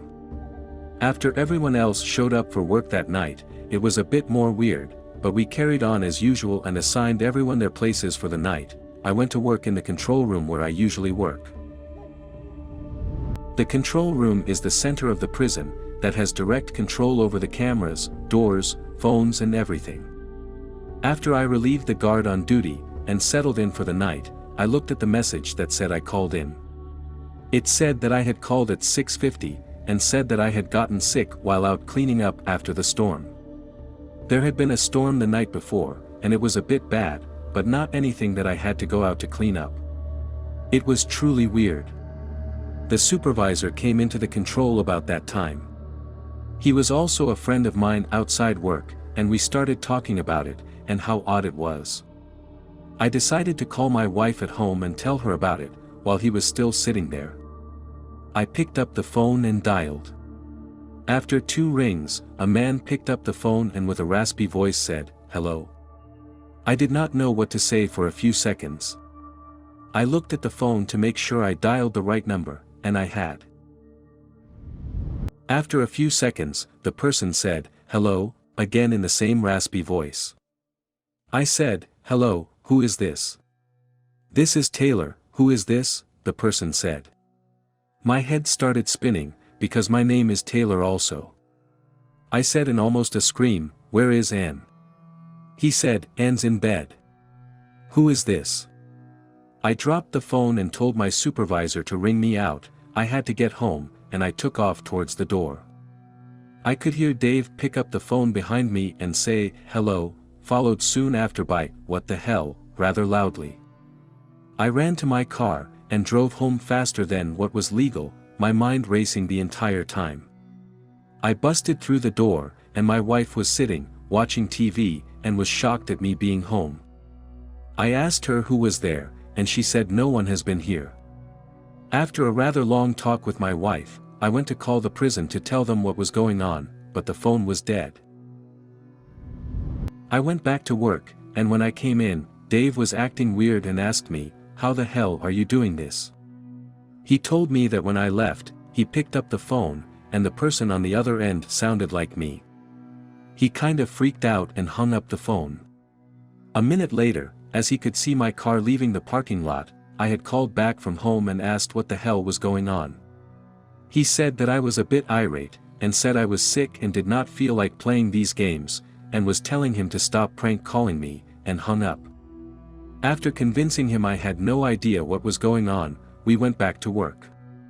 Later, I find out that the phone line for my area had been knocked down the night before by the storm. This is absolutely the strangest thing that has ever happened to me. Comments. I think I may have an idea on what happened. There was a storm and his phone got cut.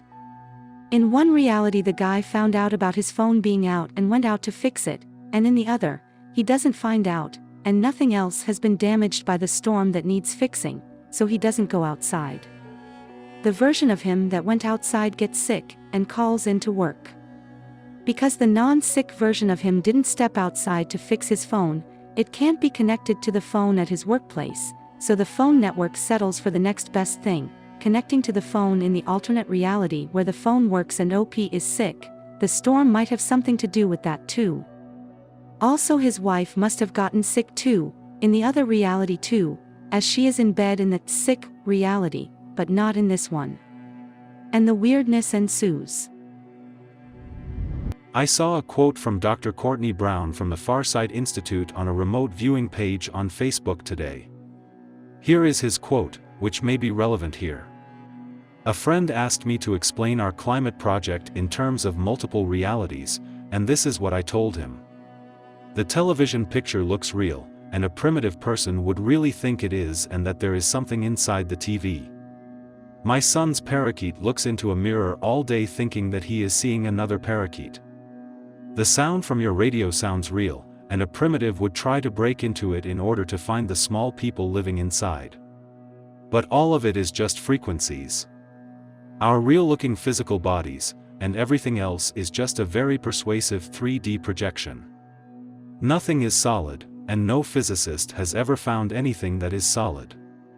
There are only frequencies that interact. Thus all realities can coexist simultaneously since it is just a matter of frequencies being in sync. There is no one reality. You are experiencing only what you are compatible with on the level of frequency. There are other versions of you who are compatible with other frequencies, and you cannot see those other versions or what they are seeing. In our version of reality, the meteors shown in our climate project did not hit the Earth. In other versions, they did. If we had technology that allowed us to see other versions, you could have watched the other versions deal with all of that. That is why it is impossible to make a deterministic single prediction of the future. Such a single future does not exist. Our current moment of the now branches off into a variety of futures. There is no single one, ever. Welcome to Creepypasta. Please like, share and subscribe. This will help us make more content for you. Thank you. Stranger warned me about my boyfriend. I don't usually post stuff anywhere, but I just remembered this story, and haven't got anyone to tell it to, so I thought I'd share it here.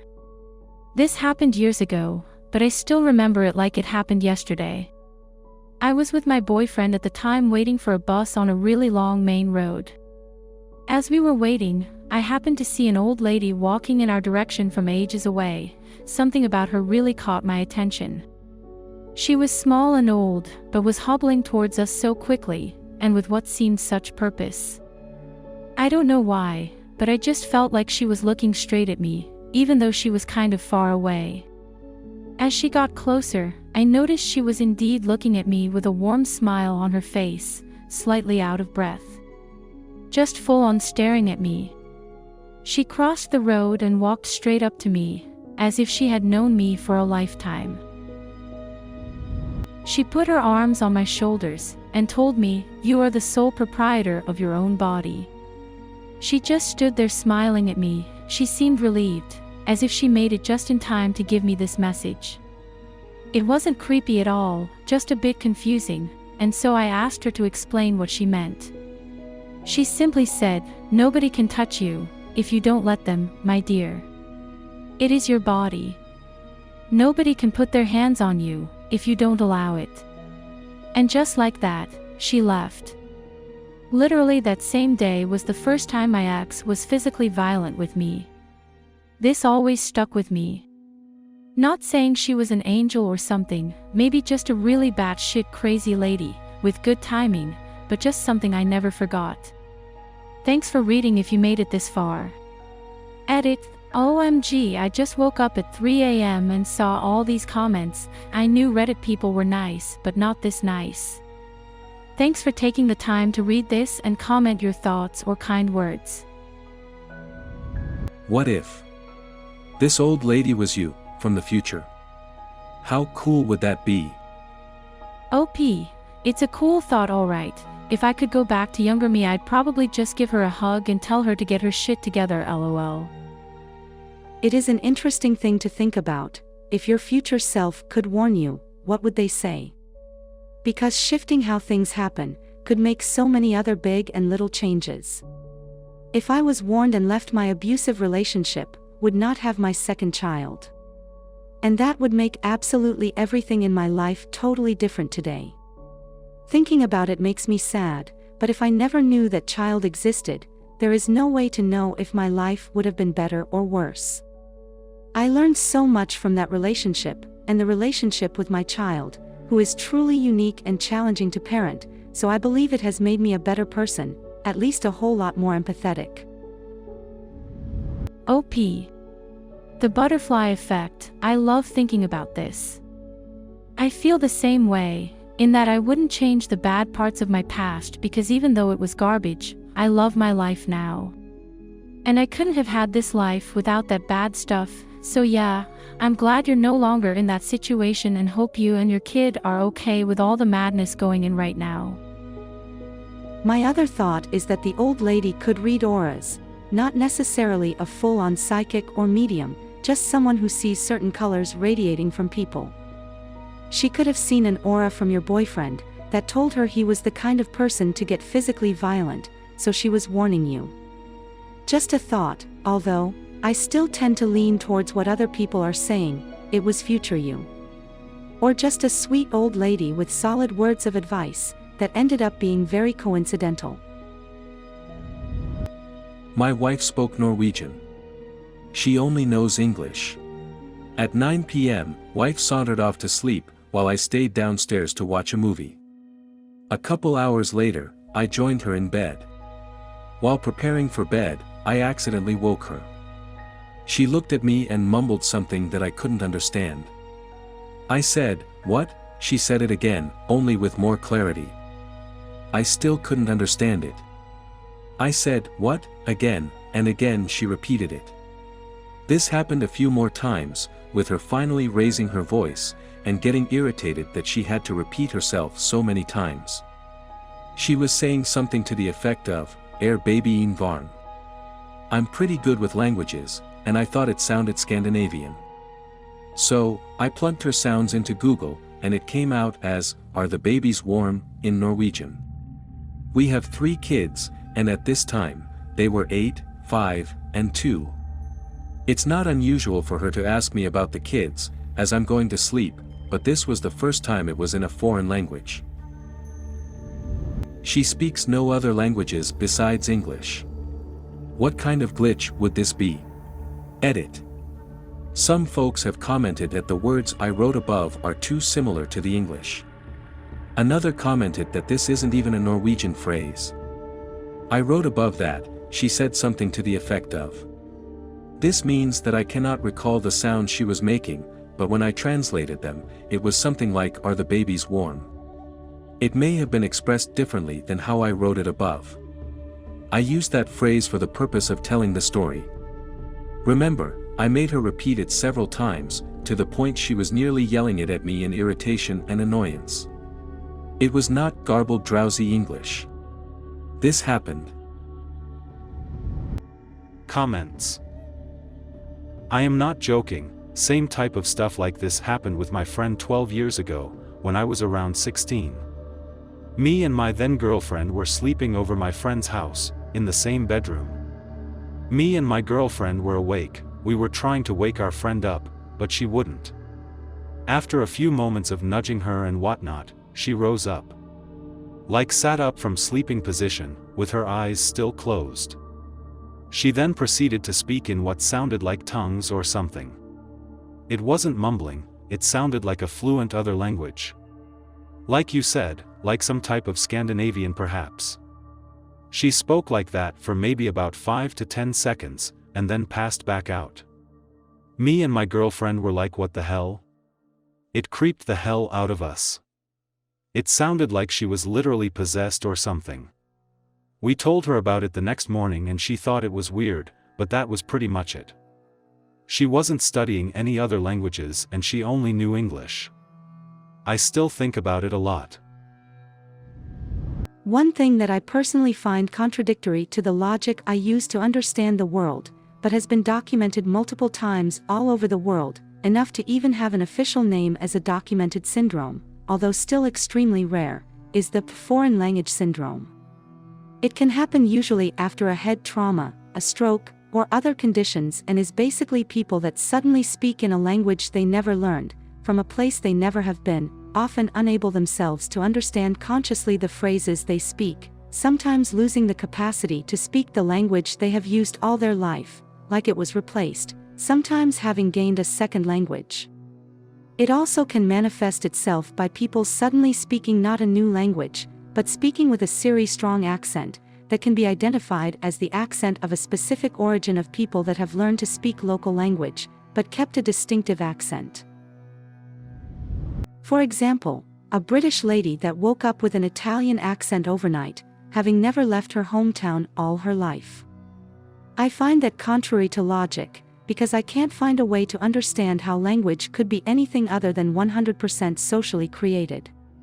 Humans invented words and make language evolve. It's not a natural occurrence we discover and use. It comes from us. But there is still undeniable proof that the brain can suddenly spawn the capacity to use a language it has never learned, not even heard before, in many cases in people specifically not very educated, not showing capacity nor interest for academic knowledge, having lived all their life in the same rural town, not even having a superior skill using their birth language. Where can that come from? I mean, waking up after a stroke with powers of telekinesis would seem more plausible to me than that. But it's undeniable that it happens, relatively often. Like, hundreds of documented cases all over the world, often. He dies on Mondays. Here's a little backstory so you know where I'm coming from. Years ago I went to private school, which would have been great, but I noticed a few things that were off. I should have left well enough alone, but I didn't. Needless to say, I discovered the wrongdoings and became the target. I was mentally abused, locked in rooms and bullied into silence by a so-called holy man. I have not seen this man in 20 years. 2 weeks ago I was struck with the notion he was going to pass away. I look on social media to find he's been hospitalized. I call my mom and tell her I had a feeling he's going to pass away. The following Monday it is posted of his passing. I screenshot the announcement and make some phone calls. I send the picture to my brother, who asked me to remove the image because he doesn't want to see him, as we were all targets of his holy hate. 3 days later, I see a post asking for everyone to pray for him again, as he has been hospitalized. I read and reread the post. I go to look for the announcement of his passing from 3 days prior and it's gone. It's no longer in my screenshots. The conversation with my brother is still present, with the removed message tag from where I had sent the image, as the only evidence it existed. He passed away last Monday again, just like he did the following Monday. The same image was posted again, along with all the same comments of how he was such a great man, which I read all over again. So I'm not sure if this is classified as a glitch, or if you have double lives and you die twice. Once for the man you are, and again for the man they all thought you were. Comments. Does your family remember you telling them last week? Also, do you have any pictures from social media of this holy man? OP, yes, they all remember. I told roughly 20 people of his passing and they all remember. No, I don't have pictures of him.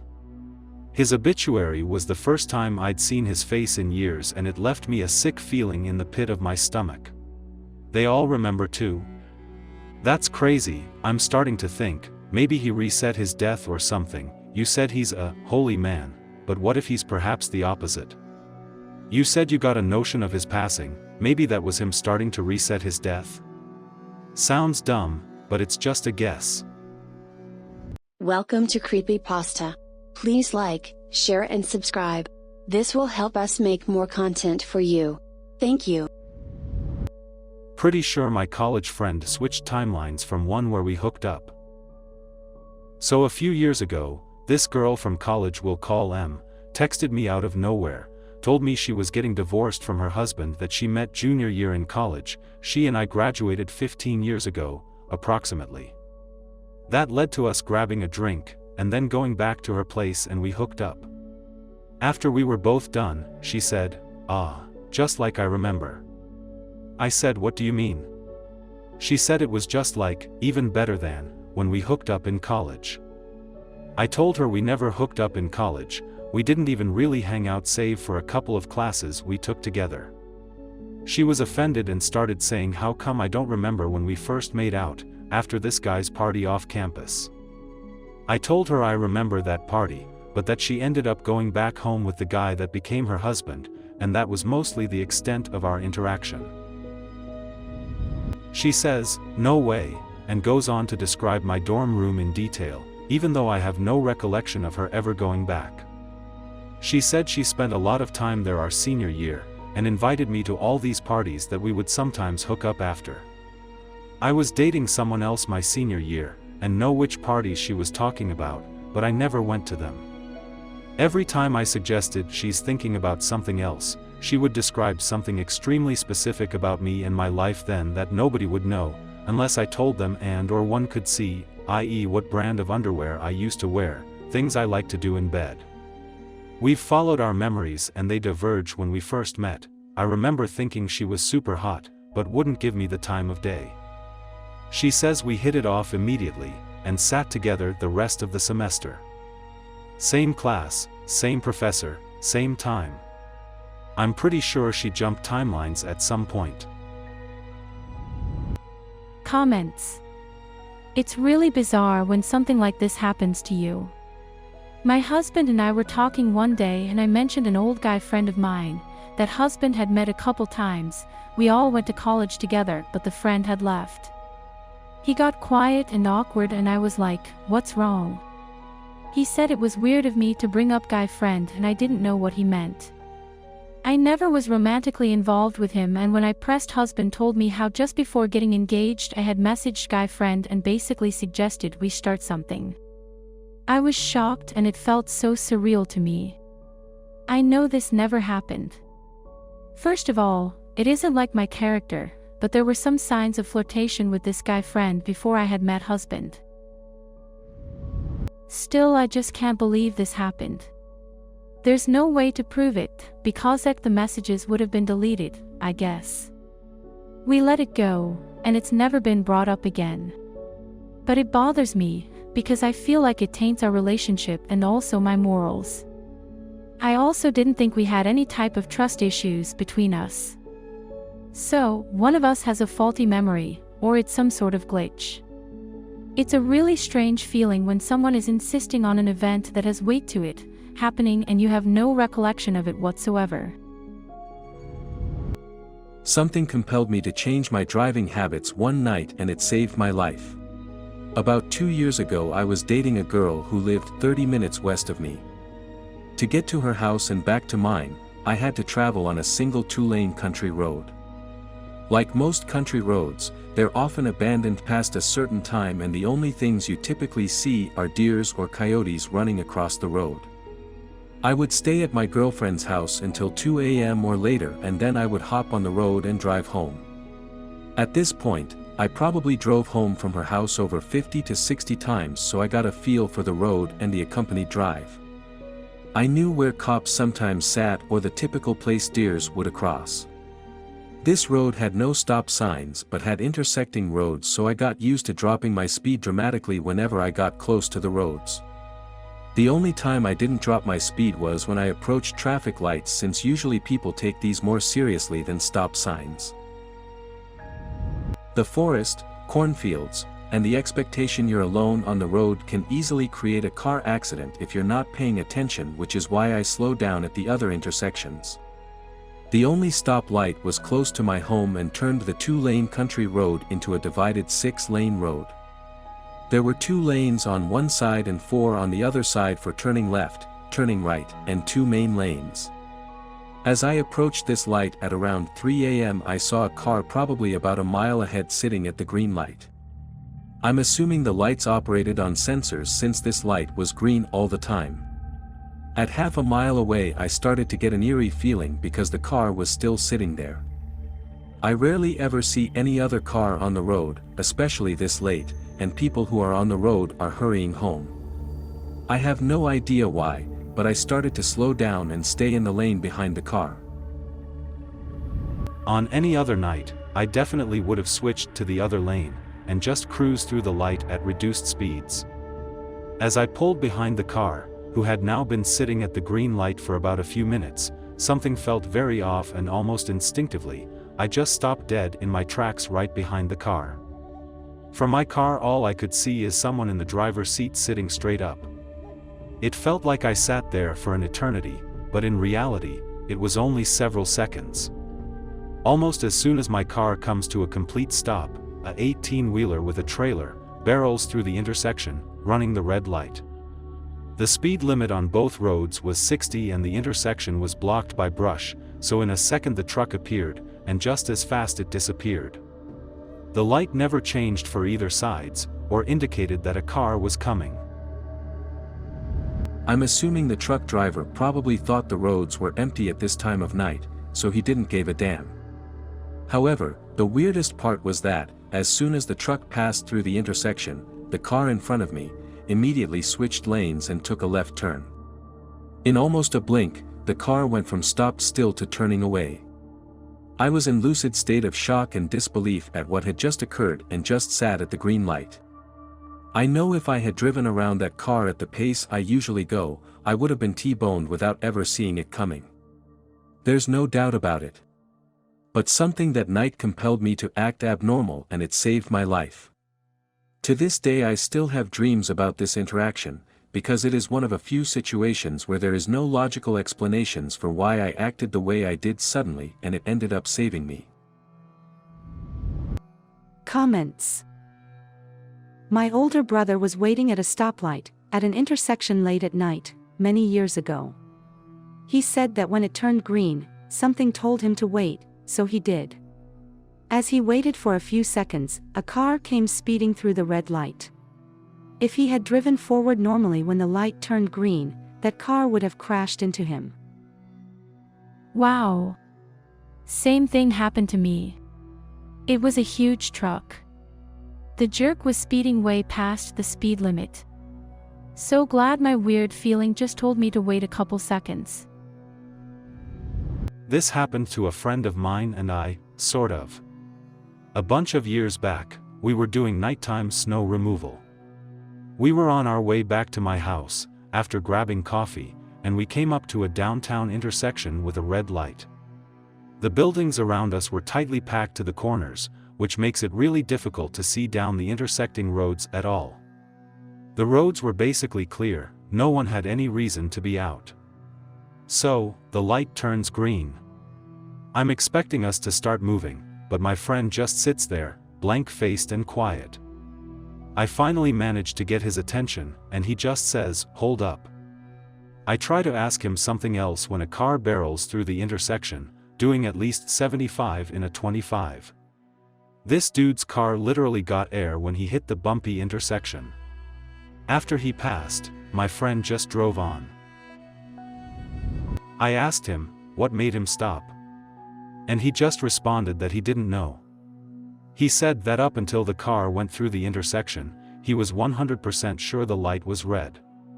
He doesn't do drugs or drink, so I believed him. He didn't remember telling me to hold up either. We spent the rest of the ride quiet, but to this day when my inner voice speaks, I sure listen. I wonder about this. Years ago, I was planning to drive to New York from Philadelphia, where I was living at the time. I would usually drive, but sometimes took the train. One time I was compelled to take the train, something just told me not to drive that time. My husband, now ex, decided to use my car, and the transmission gave out when he was on the highway, going 60-something. Obviously that would have been me, and who knows if I could have pulled over, like he was able to do.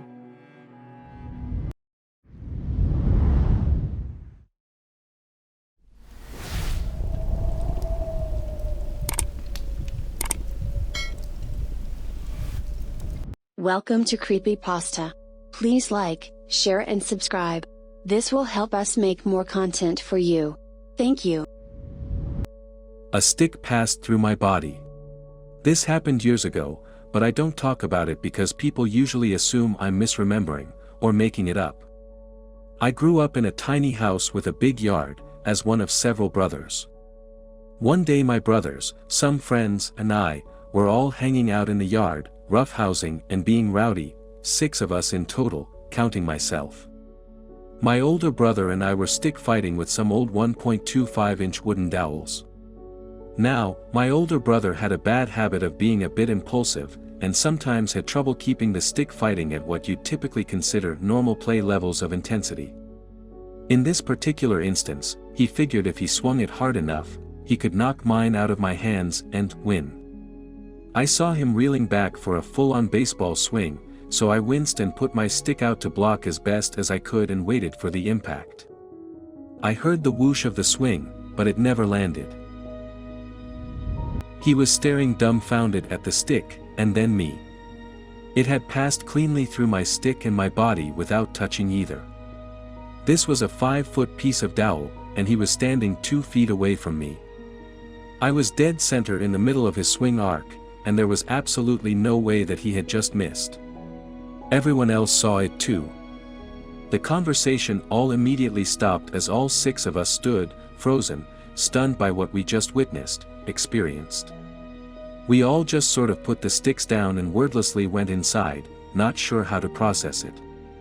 Over the next few years, it came up in conversation among the people who were there, so I know I'm not just misremembering it. I may have had my eyes closed, but even the most credible of my friends confirmed that he was watching when it happened, and has no idea how it happened. He works for a space agency these days, and is not the kind of person to make things up. Comments. If someone was to temporarily slightly pick either you or the stick to a 4th spatial dimension, you would look like either transparent, or as if one going inside of the other. It's the same when aliens in alien abduction cases arrive by going through walls. In reality, they aren't. They're just going around the object by utilizing one additional spatial dimension. To a 3D brain, that looks as if one is inside the other, but it's not. So in your case, either you did the 4D trick yourself, automatically and subconsciously due to stress, or another entity picked you up to mess with your heads. I've been seeing the same guy at random, for over 20 years, all over creation. This is a topic that has questioned my sanity, and haunted me for years and years. I've been seeing the same man since I was in my late teens. I'm 38 years old now. I started seeing him in random places around the age of 17. I live in a heavily populated area, and I have lived all over the tri-state area. I've seen him in parking lots, I've seen him in stores, I've seen him at events, but the craziest one was, I saw him at a destination wedding in St. Martin about 10 years ago.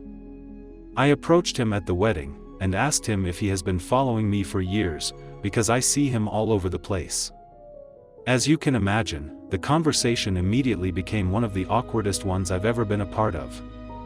He kind of laughed and shrugged it off, but I could tell he knew he was seeing me all over the place, also.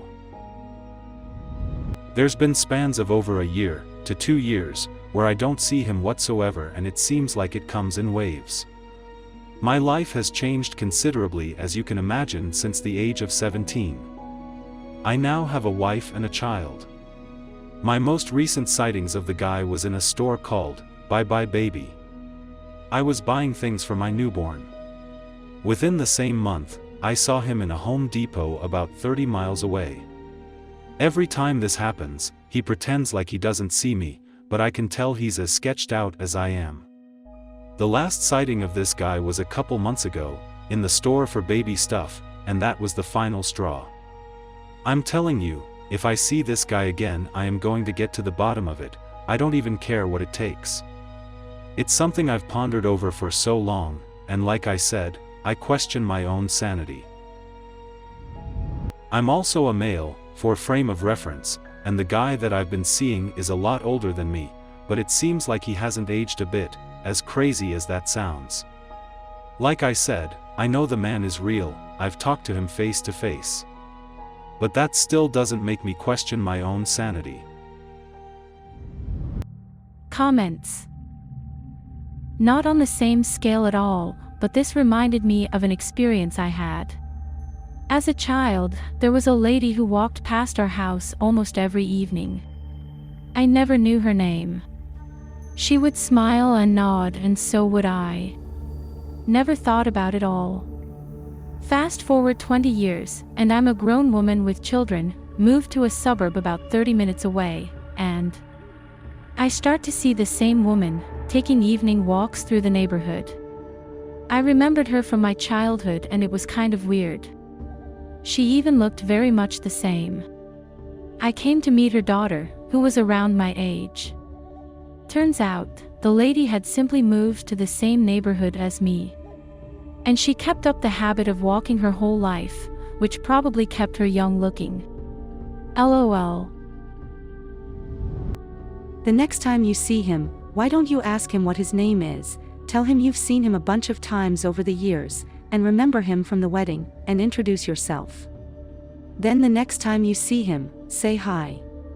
It won't really answer your question, but it won't seem as strange. You can say, "Hey Jim, why are you at this Home Depot, 30 miles away from our hometown?" the next time you see him at a weird place, which will give you some insight. Yes. I would also check with the wedding couple and search their pics, to see if you can get them to ID him from their guest list. Look for him on Facebook. Creepers. My dog's final goodbye, 1 year after his death. So my dog died around 2 years ago. He was a golden lab mixed with a German shepherd, lived to about 12 years old, and we had to sadly put him down, as he had bladder cancer.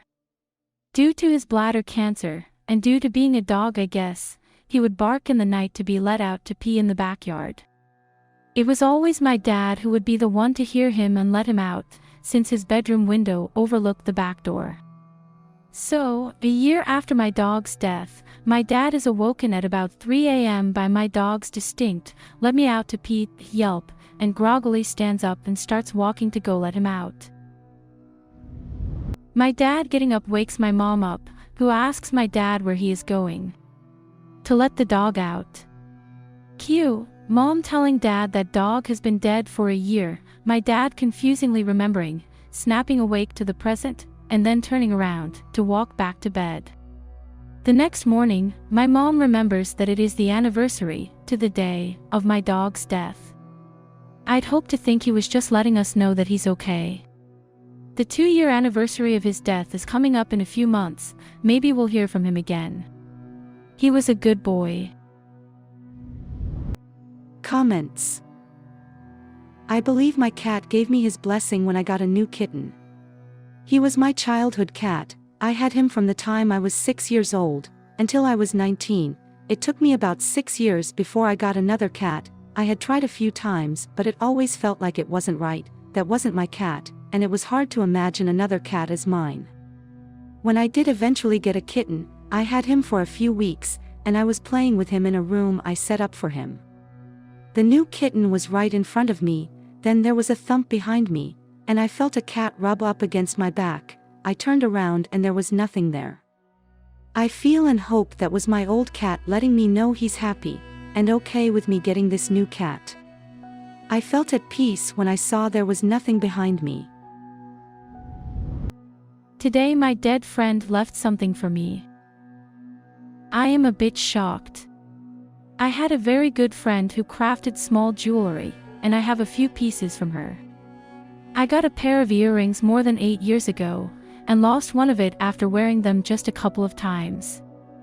I always told her she had to craft a replacement, but unfortunately she got very sick and died of cancer very quickly. She never had the chance to craft anything else. I kept this single earring in a little box, with some other small random memories and trinkets. I am now moving to my own place and checking the memories in this little box. Both earrings are there, and I can't explain when, or how, or why. Probably in another universe, my own me lost the unique earring she had. Welcome to Creepypasta. Please like, share and subscribe. This will help us make more content for you. Thank you. I saw myself, who stopped me from being hit by a car. I have never in my entire life experienced anything remotely like what has just happened to me now. And also, I'm not crazy. I finished work at around 10:15 p.m., so it was pitch black, and cycled home. It's roughly a 25-minute cycle back home, and as I got into my little town, I was approaching the crossroads in which I go straight ahead at when I am cycling home. Upon approach to the crossroads, the light is red, but I'm still a good 10 to 15 seconds away from it, so I continue at the speed I'm going. I see another cyclist coming toward me on the other side of the road, from the direction I'm headed, and speeds over the crossroads. As he is approaching me, I see he is wearing the exact same high-vis helmet and jacket as me, as well as the same red backpack. By this point, the lights had turned amber, and then green, so I thanked my luck for not having to stop, and kept going at the same speed I was going at. Just as I was on approach to the green light, this other cyclist was right in front of me, but on the other side of the road, and passing me. As he passes me, he says, "Careful mate," in my voice. My exact voice. And also, I'm not from the country I live in, so my accent is very unique, and it was the same tone of voice and everything. I stopped my bike and turned around, no traffic behind me as the roads are dead at this time of night, and he had vanished. There was no way he could have turned down a side road, or made it so far he was out of sight. He mysteriously vanished. I turned back around to begin cycling again, and all of a sudden, a car sped across the road, at around double the speed limit, running a red light. If I hadn't have stopped to look at this mysterious person, who looked and sounded exactly like me, I'd have been hit side-on and likely died. I don't believe in anything supernatural, and I'm not religious, but this is making me question some things. I think if this person hadn't have just vanished after the warning, then I could answer it as a very unlikely event that someone who looks and sounds just like me, had maybe seen the car approaching. But, he vanished. TLDR, I was warned by someone who looked and sounded exactly like myself of some danger. I stopped and turned around from shock of seeing myself, and he disappeared. Then a car ran a red light and sped across the road I was literally about to cycle over. Comments. Oh, have you seen that video of a guy sweeping outside? Some guy walking by him, taps him on the shoulder, warning him to look out, then a truck with an open tailgate swings open, almost hitting him. When he turned to look at his savior, he's gone. But I swear, the dude looks exactly like him in the video. Maybe the loop will close eventually. One day, when you are riding on the other side of the road, and you see yourself, you can give the warning. Never believed in time travel, but yes, that's what makes the most sense here. After time travel is invented, you left your broken body, and time traveled your consciousness back to an earlier version of yourself, to prevent the accident that crippled you. As soon as your accident was prevented, the tangent timeline was truncated and your gimped self disappeared, no longer able to interact with this branch. I met me from the future and can't stop thinking about it. This is a story that haunts me daily.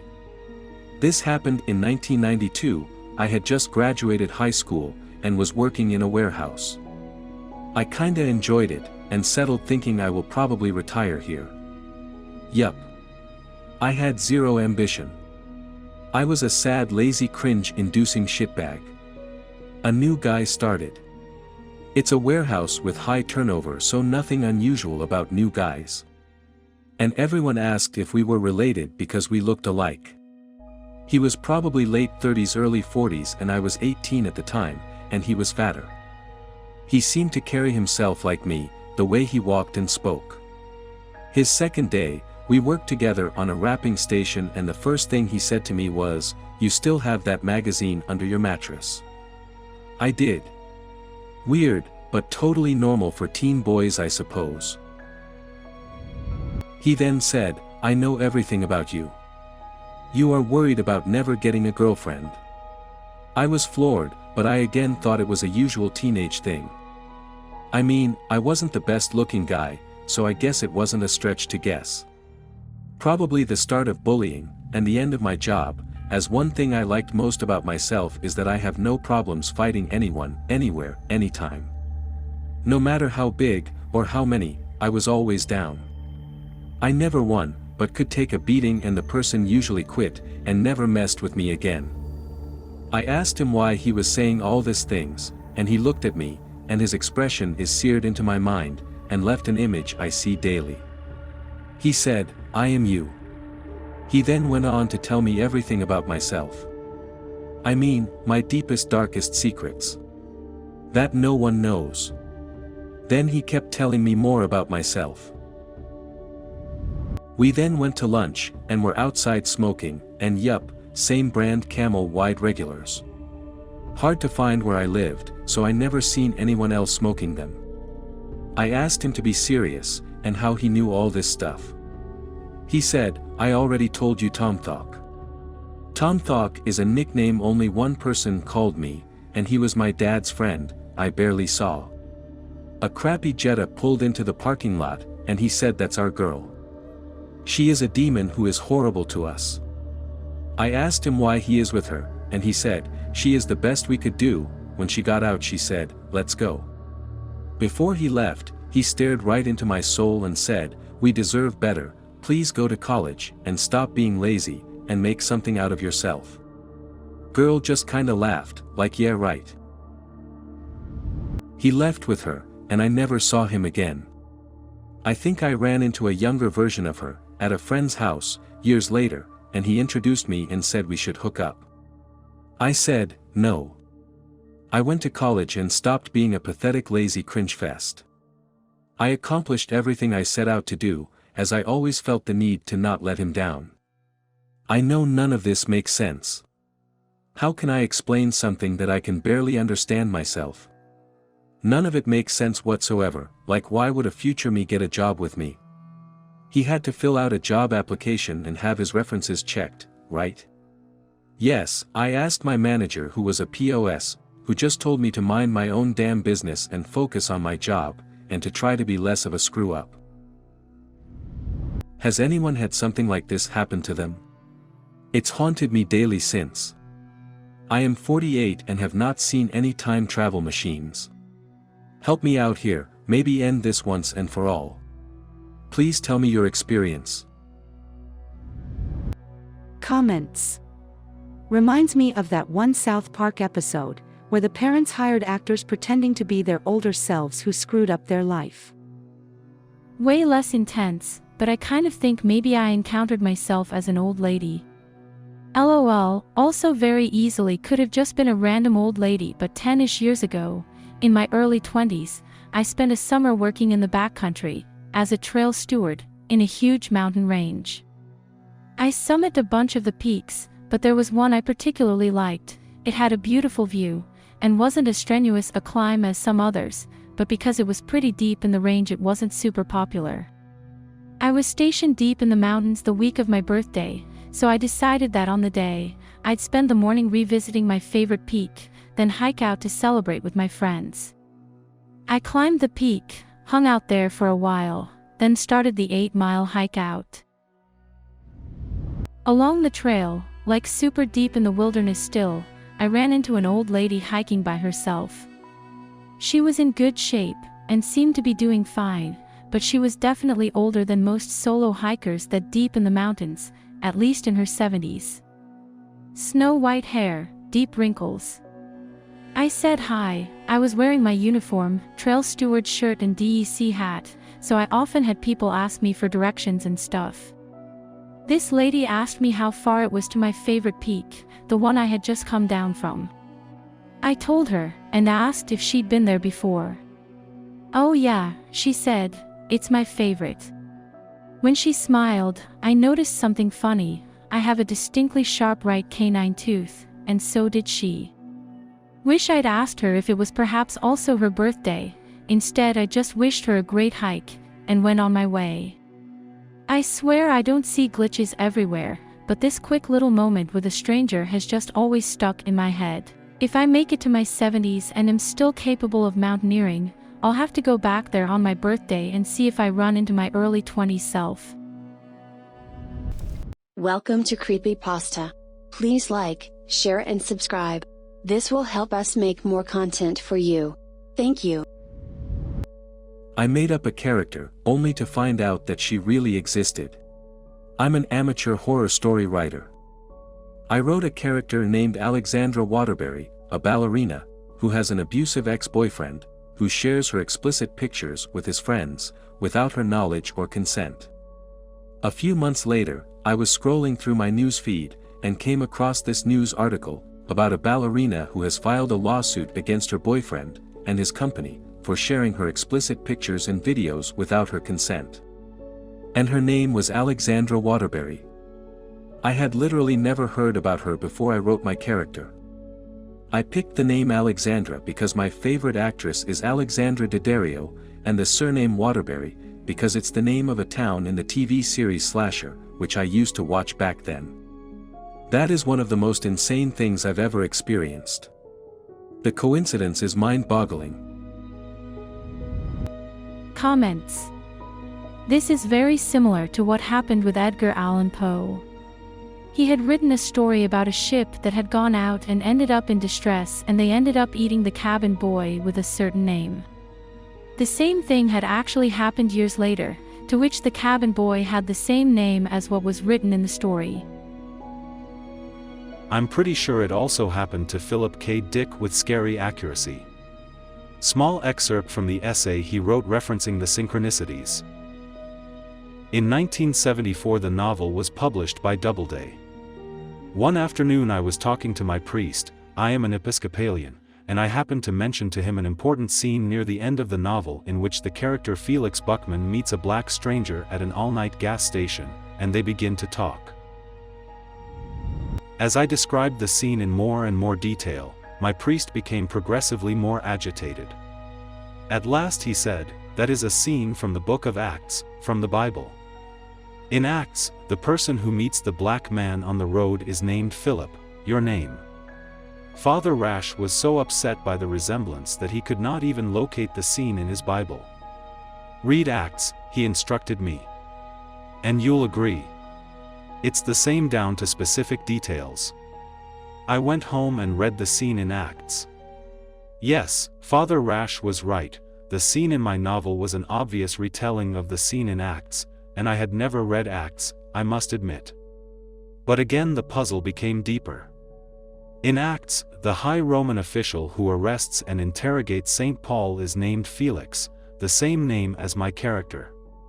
And my character Felix Buckman is a high-ranking police general. In fact, in my novel he holds the same office as Felix in the Book of Acts, the final authority. There is a conversation in my novel which very closely resembles a conversation between Felix and Paul. Well, I decided to try for any further resemblances. The main character in my novel is named Jason. I got an index to the Bible and looked to see if anyone named Jason appears anywhere in the Bible. I couldn't remember any. Well, a man named Jason appears once and only once in the Bible. It is in the Book of Acts.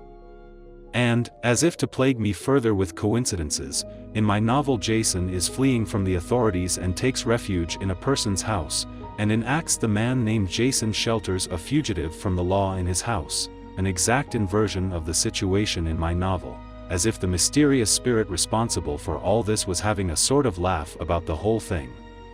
Felix, Jason, and the meeting on the road with the black man who is a complete stranger. In Acts, the disciple Philip baptizes the black man, who then goes away rejoicing.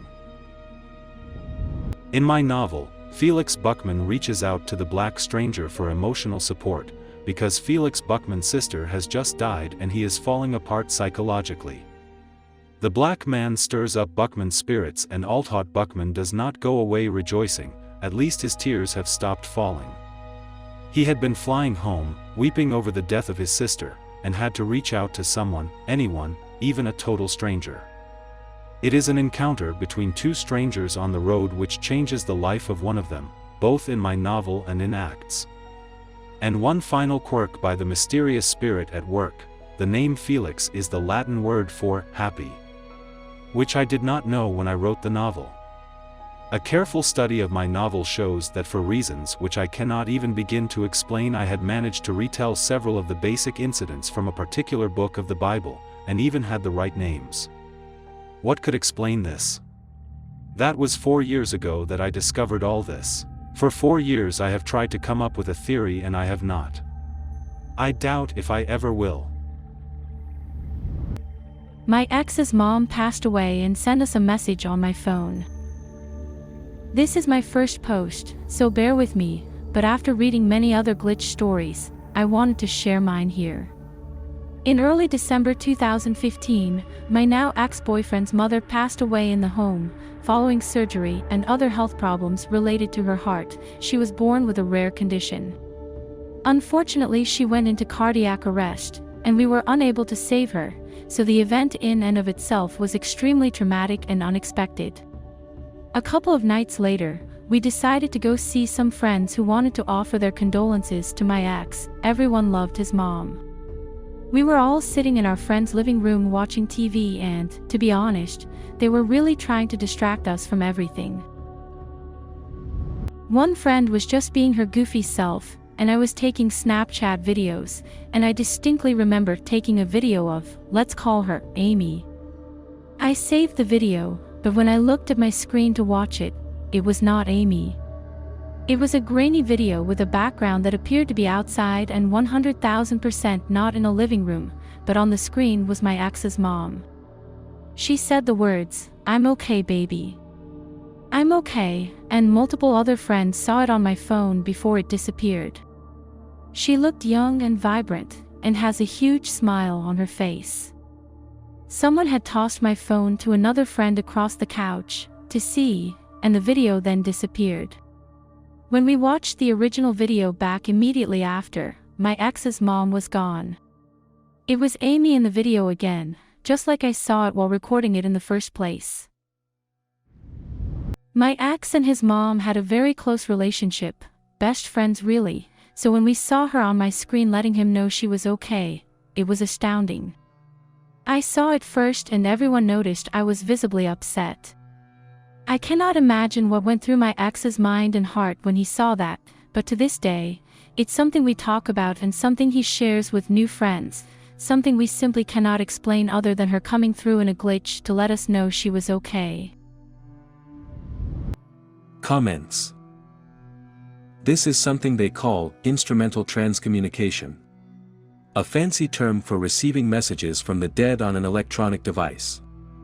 The most famous ones are EVP recordings, but it's been known to happen through phone calls, emails, texts, TV images, etc. Pretty much any electronic device that can be used to communicate.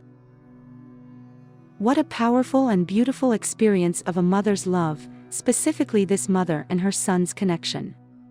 Thank you so much for sharing this. In the state of the world today, we all need reminders that we are spiritual beings having a human experience. I found a VHS tape of myself as a child at my in-laws' house. This all started a few weeks ago, when my husband decided to go into his parents' attic, in the garage, to see if any of his old Pokemon cards are worth any money. His mom has kept literally every toy he's ever had, so there are dozens of boxes of his things that we've been going through. We found a box that clearly hasn't been opened in a long time. It was taped up and had plastic grocery bags laid on the top, from a store that hasn't been in our town since the 90s, and it's full of his family's old VHS home videos. His parents documented so much of his childhood, so every night we've watched a home video after supper with his parents, and it's been really fun. The videos are from the late 80s, early 90s. A few nights ago my husband put a new tape in the VHS player, and the first thing we see is my cousin's 16th birthday party from 1994, and I am in the video. His parents have no idea how they have this tape, and the weirder thing is, we have no idea who filmed this tape. I've asked all my aunts and uncles, and no one knows what I'm talking about. The video also has me hunting for Easter eggs at my aunt's house, also in 1994. My parents never owned a video camera, so it's not their tape. It doesn't make any sense how my in-laws have this tape. We've been trying to come up with logical explanations for it, but we can't. My in-laws say the box of tapes hasn't been opened since they put it in the attic when the garage was built in 2002, which is before I even met my husband. I would have only been 11 years old when they built this garage, so it's been up there this entire time. It's not like I somehow brought this tape over and forgot about it. Comments. It's common for people to film events, so maybe whoever filmed it just forgot they did. Last year someone from my church brought in some old tapes for me to convert to DVD, and I was blown away because it was old footage of the old church I never thought I'd see again, and specific childhood memories I had, that were captured, and I had no idea they existed. I remember sitting in the pew playing with my cush ball, and there I was in the video doing what I remember doing. Most likely my uncle did film it, but we can't figure out how my in-laws have had it in their attic all this time. They barely knew who my aunt and uncle were before my husband and I started dating. They just knew them as a familiar face, but they didn't have a relationship with them. Welcome to Creepypasta. Please like, share and subscribe. This will help us make more content for you. Thank you. My mother had memories of someone I'm dating before I'd even met him. Nearly 5 years ago now, I was dating a guy called Charlie. My mom felt terrible, because she could never remember his name, and always called him Jacques. We always poked fun at her. Well, we live in the UK, how do you remember Jacques, but not Charlie? After we broke up, my mom continued to ask me how Jacques was, and particularly about his dog, what she believed to be a Labradoodle. Charlie had a dog, but definitely not a Labradoodle. My mom insisted I'd sent her photos of this dog that didn't exist, all the while referring to Jacques. Sometimes it would get on my nerves, as she'd completely fabricate memories of stuff I'd done with Charlie. I thought she was winding me up. Fast forward to now, I'm currently in the beginning stages of dating a guy, surprise surprise, called Jacques. You can probably guess what kind of dog he has too. I haven't told him yet, didn't want to freak him out, scare him off, but my mum and I have been in a constant state of what the hell since I met him. We think that some of the memories she used to make up are things we'll do in the future. Edit, I still get a lot of notifications about this, but don't have the energy to reply to everyone, sorry. We're living quite far away from each other now, so haven't properly started dating, but we're best friends and both admitted to wanting to date as soon as we're back together IRL. Hopefully soon. I don't think Mom's predictions had a global pandemic in the equation. But yes, it's going well for everyone who has asked, thank you. Comments. My mom had something similar. She said she had a dream or a vision at some point that was extremely real, like a memory from the future.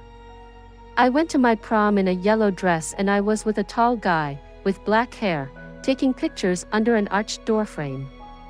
When it didn't happen, and I went to prom in a green dress with a guy with blonde hair, she seemed disappointed. Fast forward 13 years, and my niece was going to prom in a yellow bell dress, with her black-haired boyfriend, and she came to my mom's for pictures. The living room doorframe is arched. She said it was exactly like her memory. I have had visions of my own future, it is weird. They are like daydreams, but slightly different. Two significant ones had to deal with my ex-husband. I had a vision of going to visit in-laws, and getting helped out of the car, turning around and seeing a specific row of trees. We were in the country. What was weird was that I was dating a different guy at the time. We were getting serious and talking about meeting our parents, but he said his lived in town. We broke up, I never met the other guy's family, and when I started dating my ex, we went to stay at his parents. The exact scenario happened.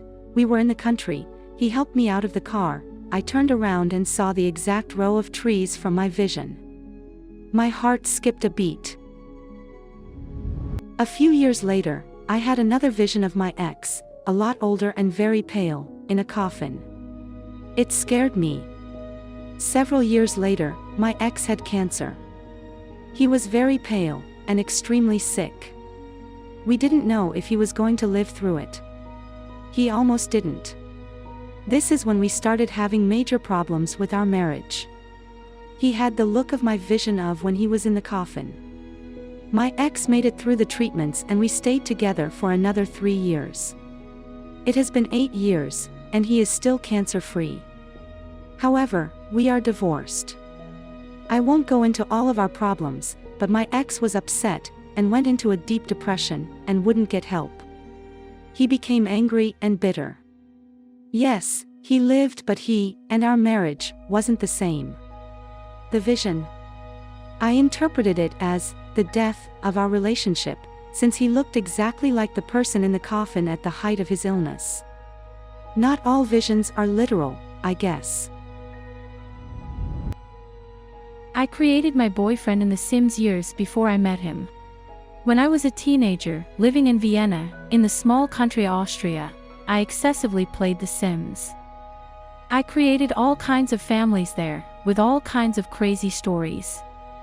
Most of them were unrelated to anyone I knew, just straight out of my imagination. As the game got developed to the Sims 4 version, the details got very much on point when it came to creating your Sims. I was always very hesitant to create myself, or anyone I knew, because I would feel bad of anyone dying in the game, as they would portray my real-life people. I also didn't want to put anything out there, if you know what I mean, like attract anything bad. With The Sims 4 though, I decided to create myself, with a different last name though, matching my Sims husband's last name. The husband was of color as my celeb crush was 50 Cent, I was 17 by the way, was wearing a black tank top, camouflage pants, trainers, and a black watch.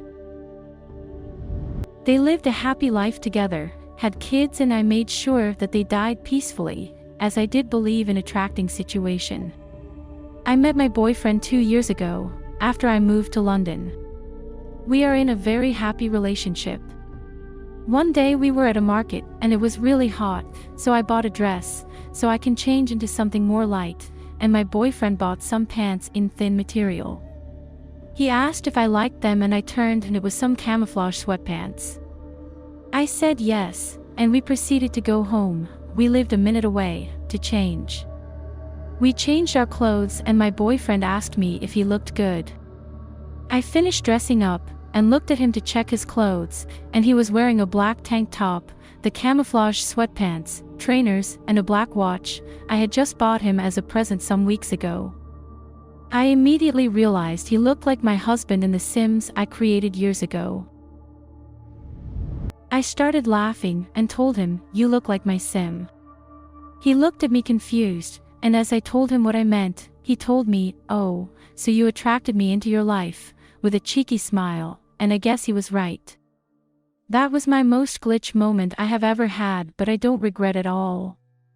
Edit. Some extra info I forgot to mention. I also remember I created the husband, and many other husbands for my Sims, with the traits of an artist, as I wanted to have nice pictures in the house of my Sims.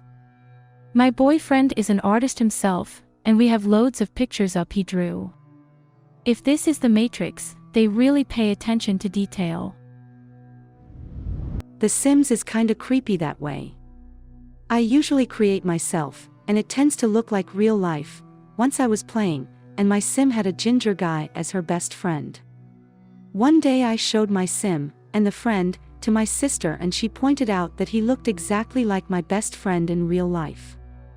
Mind you, I did not create that Sim, and I hadn't noticed this until now. I looked at his face more closely and he really looked like my friend.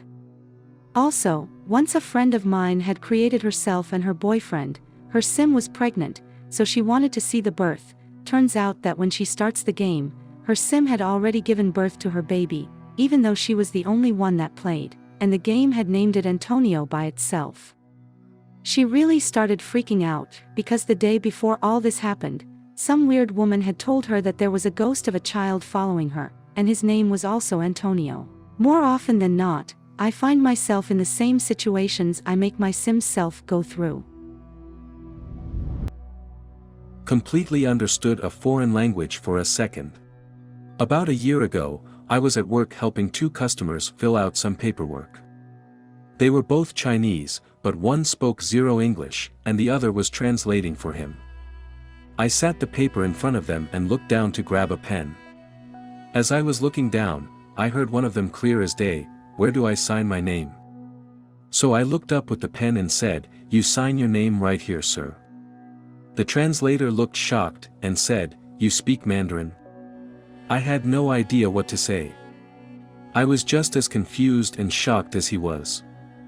I made up an excuse and said, "I assumed that's what he said," to hide how mind-blown I was, but no, I completely heard and understood him. I don't think he believed me either, because he was giving me that look still. It still freaks me out to this day. Comments. I had a similar experience a few years ago. I read something online in Latin. I forget what it was about. I understood it perfectly. I never took a Latin lesson and never had any exposure to the language. For that one period in time, something just clicked. Verified with Google Translate, and saw my translation was right. Tried to do it after that a few times, and failed miserably. I'm wondering if this isn't a fairly common glitch, or if there isn't some other kind of phenomena behind it. I believe you. I worked the front desk of a very busy youth hostel, and was training a new front desk employee, when a Japanese tourist came up to me and asked how to get to a major site in the city, and I gave quick directions. The employee I was training was impressed I knew Japanese. I laughed, and told him I don't know Japanese. It's just that, working the front desk, you get very used to hearing tourists with very poor English and just come to know what they're trying to ask, or need help with. But my coworker said he wasn't talking about the tourist spoke no English at all, my coworker said, and I had responded not in English but Japanese. Edited to add, I just want to clarify that, as far as hearing the tourist goes, I 100% understood every word the tourist was saying. I thought he was speaking entirely in English, just so heavily Japanese accented, and with everything pronounced with the wrong emphasis, etc. I came to hear many tourists of many different languages speaking this way. Until this coworker, I never questioned that they were speaking English, just that it became a fun trick to decipher the English, kind of underneath what on the surface still sounded like a foreign language. Welcome to Creepypasta. Please like, share and subscribe. This will help us make more content for you. Thank you. Time-traveling neighbor. I live in a small single apartment and have been here for about 5 years. When I first moved in, my upstairs neighbor was a guy who we will call Eli. He lived above me for about a year and a half and was friendly enough. One day, when I bumped into him, he asked if I was feeling a bit better. I had not been sick, so I asked what he meant. He laughed, told me I must have been more out of it than he thought. From what he told me, we had talked a few nights earlier and I seemed to think he had moved away. I had absolutely no recollection of this event. I honestly just assumed it was just a very odd attempt at humor and forgot about it. That was roughly 3 years ago, and I now have a young couple living above my apartment. So last night when I was coming home from the bar, and guess who I ran into? Eli was walking up the sidewalk to what used to be his apartment. I was a little tipsy, nowhere close to drunk, so I happily greeted him and started making all the usual catch-up small talk. Naturally, I asked him what he was doing back here, and he was as confused as I had been. Somewhere in our interaction I suddenly remembered the conversation from years ago, and I must have turned pale because he asked if I was feeling all right. I assured him I was fine, but when I went inside I left my door open slightly, and sure enough I heard him unlock the upstairs door and go inside. I am really not sure how to feel about what happened, but I have had this surreal feeling ever since. Comments. You sure his apartment was reoccupied by someone else and he wasn't living there the entire time? Positive, I cooked out with my current neighbors last year. They even took care of my cat when I took a trip a few months back. How I accidentally jumped into a different universe to avoid dying. I am a Cherokee Indian Meta, Cherokee word for prophetess, so tons of really awesome paranormal stuff happens to me constantly. I always say I'm so sad for people that don't believe in the true blue magic of life and reality, because it's as if they only get to see life in black and white. Sad that I'm sure some people won't even believe this, and that breaks my heart. I swear on my daughter and the spirits this is 100% true and not one bit exaggerated. Anyhow, I was around 16 and was with my first ever love, who unfortunately wasn't the greatest influence, and my cousin. We were getting a ride home from my ex's best friend, who was also my cousin's boyfriend, and he was on Xanax. We were weed smokers but nothing else, as I've always been a good girl, hee.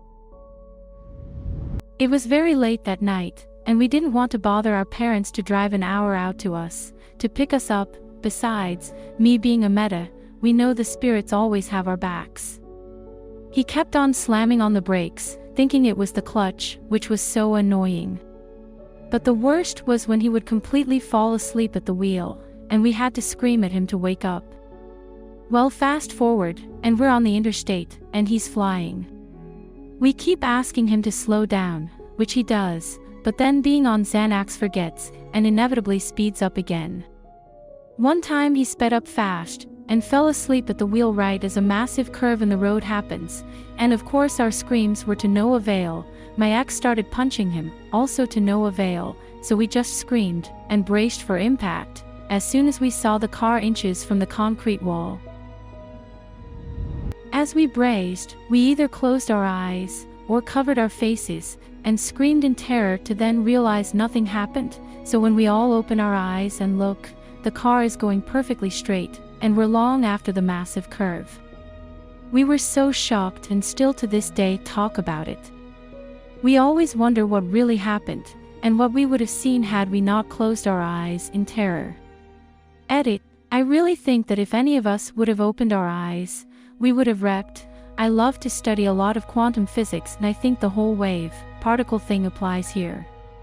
Only when not observing can the particle become a wave and act spooky.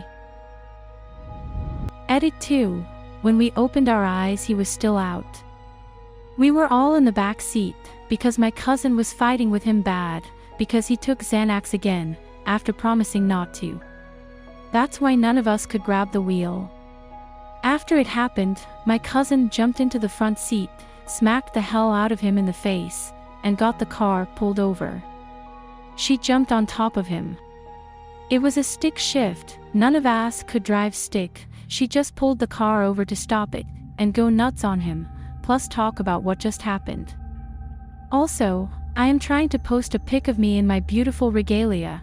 It makes me look like a beautiful giant bird with all the feathers and the massive wings that span like a foot past my hands in both directions, and the tail feathers on my back. It's so beautiful.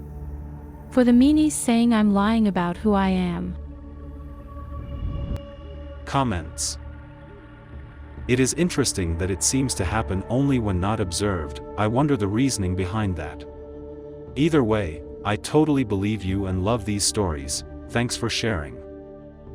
It's not that a person observing it necessarily determines it. It's that measuring it counts as an observation. It's like, have you ever seen a lottery being drawn, where all the balls are flying around in a bubble? There's a possibility that any of the balls could be picked, but after we pick one and look at it, then that one was definitely picked. You could describe the possibility of any of the balls being picked by a graph of probabilities. One ball being picked simply collapses the waveform, which you hear a lot of in physics, and basically makes it a 0% probability for every option except the ball that was picked, which is now a 100% probability. As long as things are not determined yet, then basically anything can happen. When you're talking about an entire human being with billions upon billions of these quantum probabilities, unfortunately, the chances of all of the particles that make up you moving to another dimension simultaneously is astronomically low.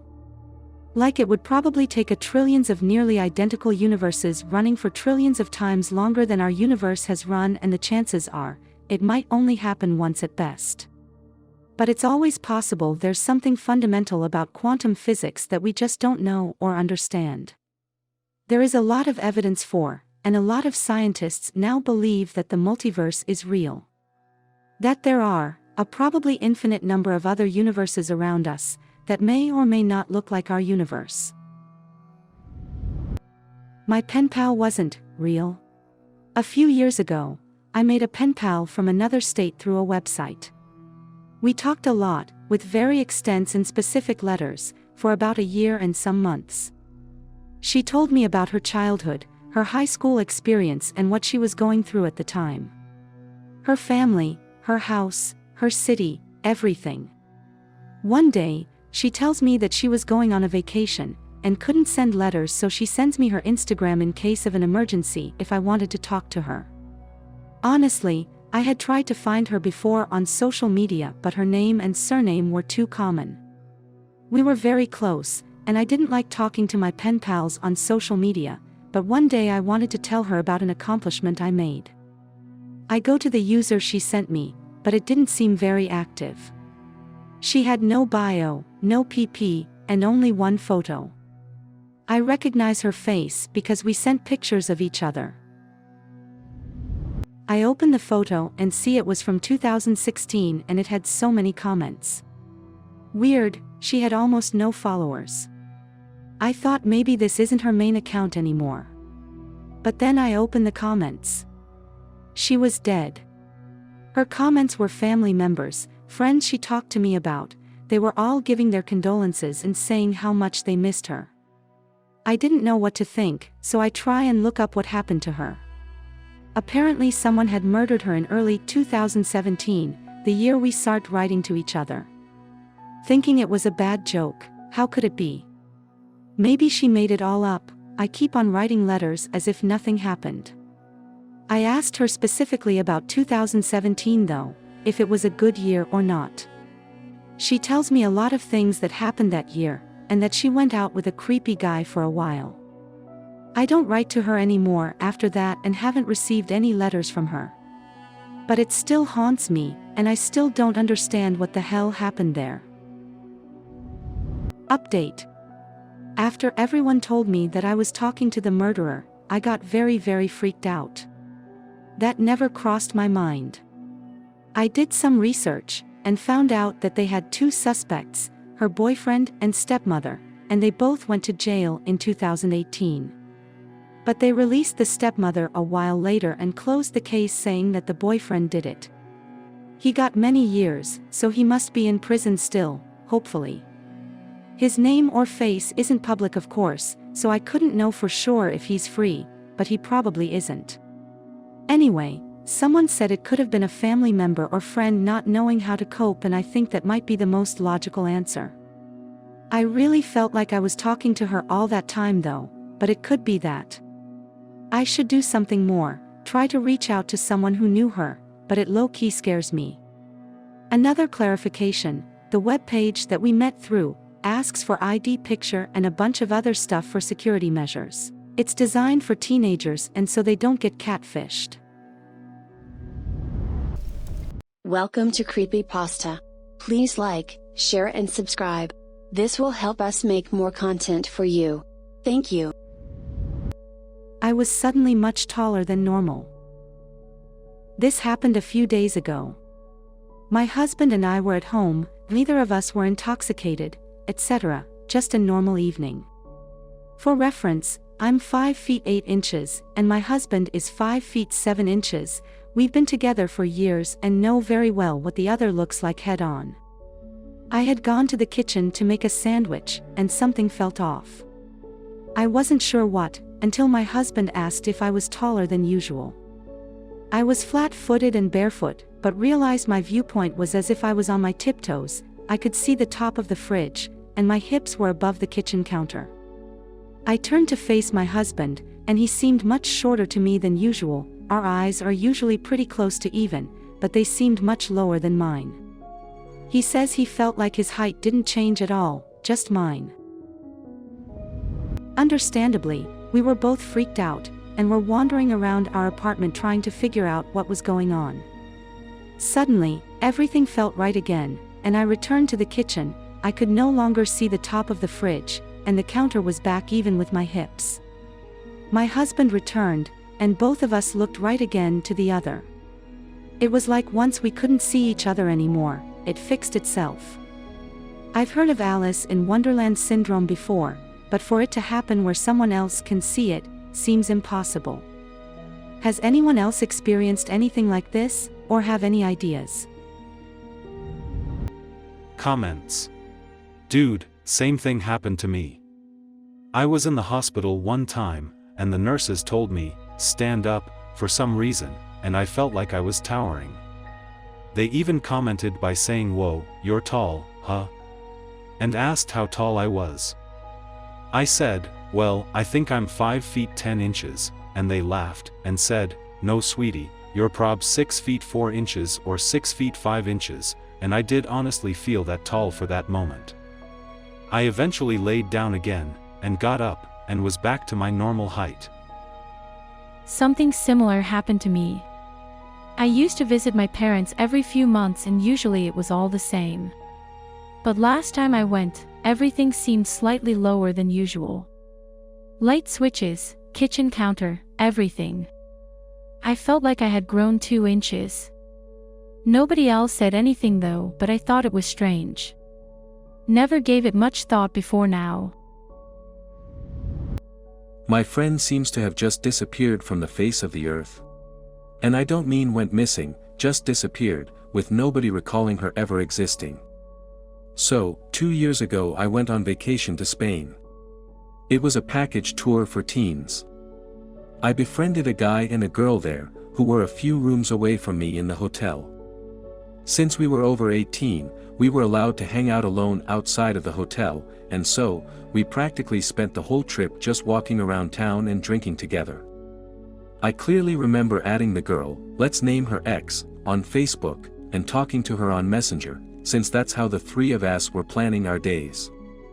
I even started a group conversation with X and that boy, let's name him Y.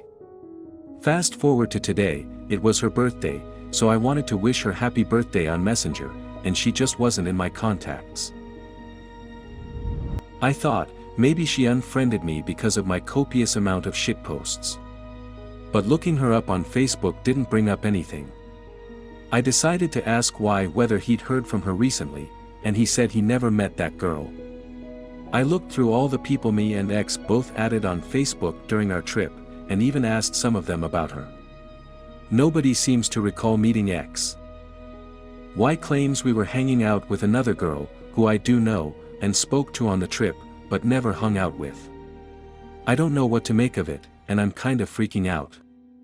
I'm thinking maybe my mental health is much worse than I thought, but honestly, there's a huge difference between mild seasonal depression and hallucinating a person for 2 weeks straight.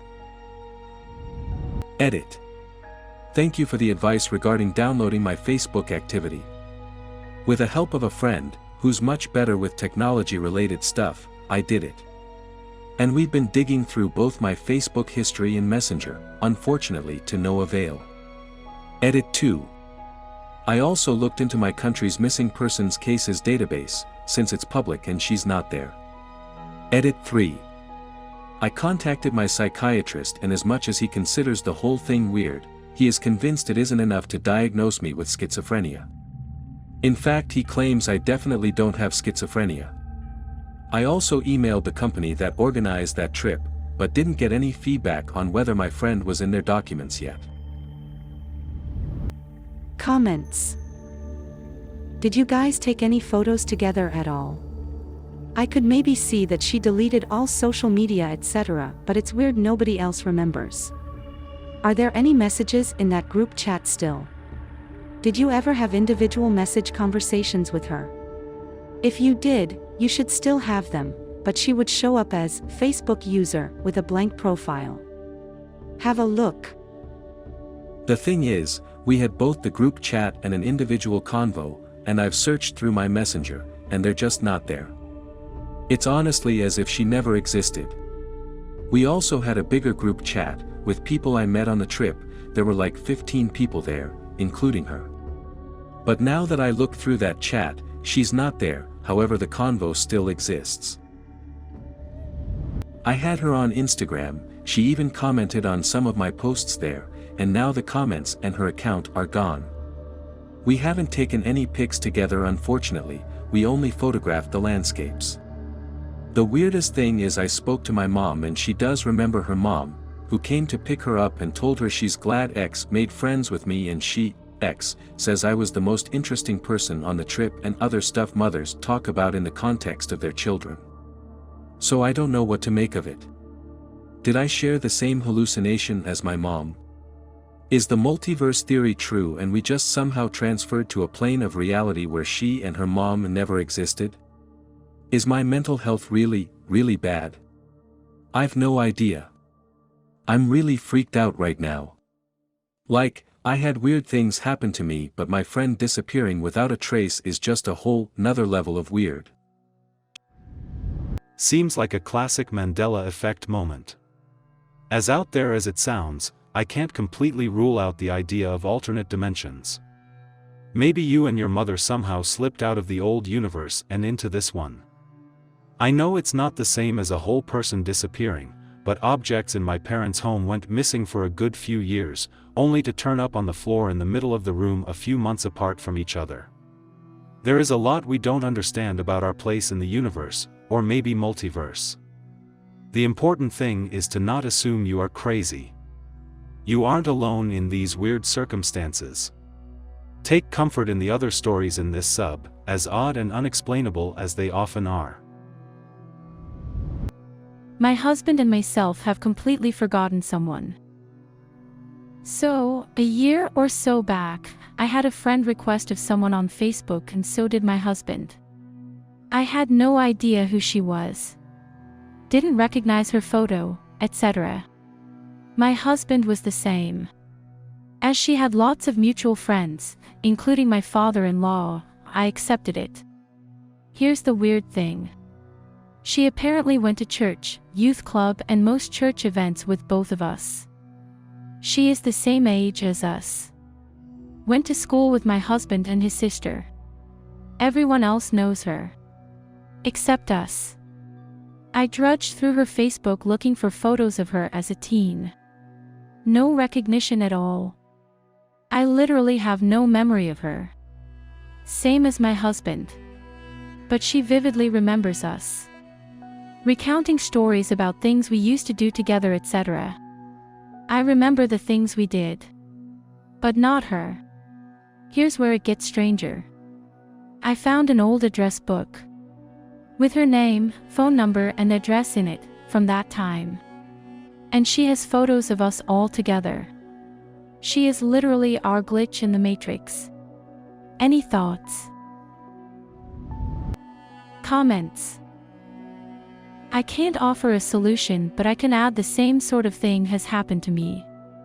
There's a woman I just seem to have wiped completely from my late teens/early 20s memory. She was, apparently, part of our small friends group that hung out together every weekend for years, but I have absolutely zero memory of her 15 years later. And again, she knows me, can relate tales of that time I was around, our mutual friends all remember us both hanging out, but I have zero memory of her.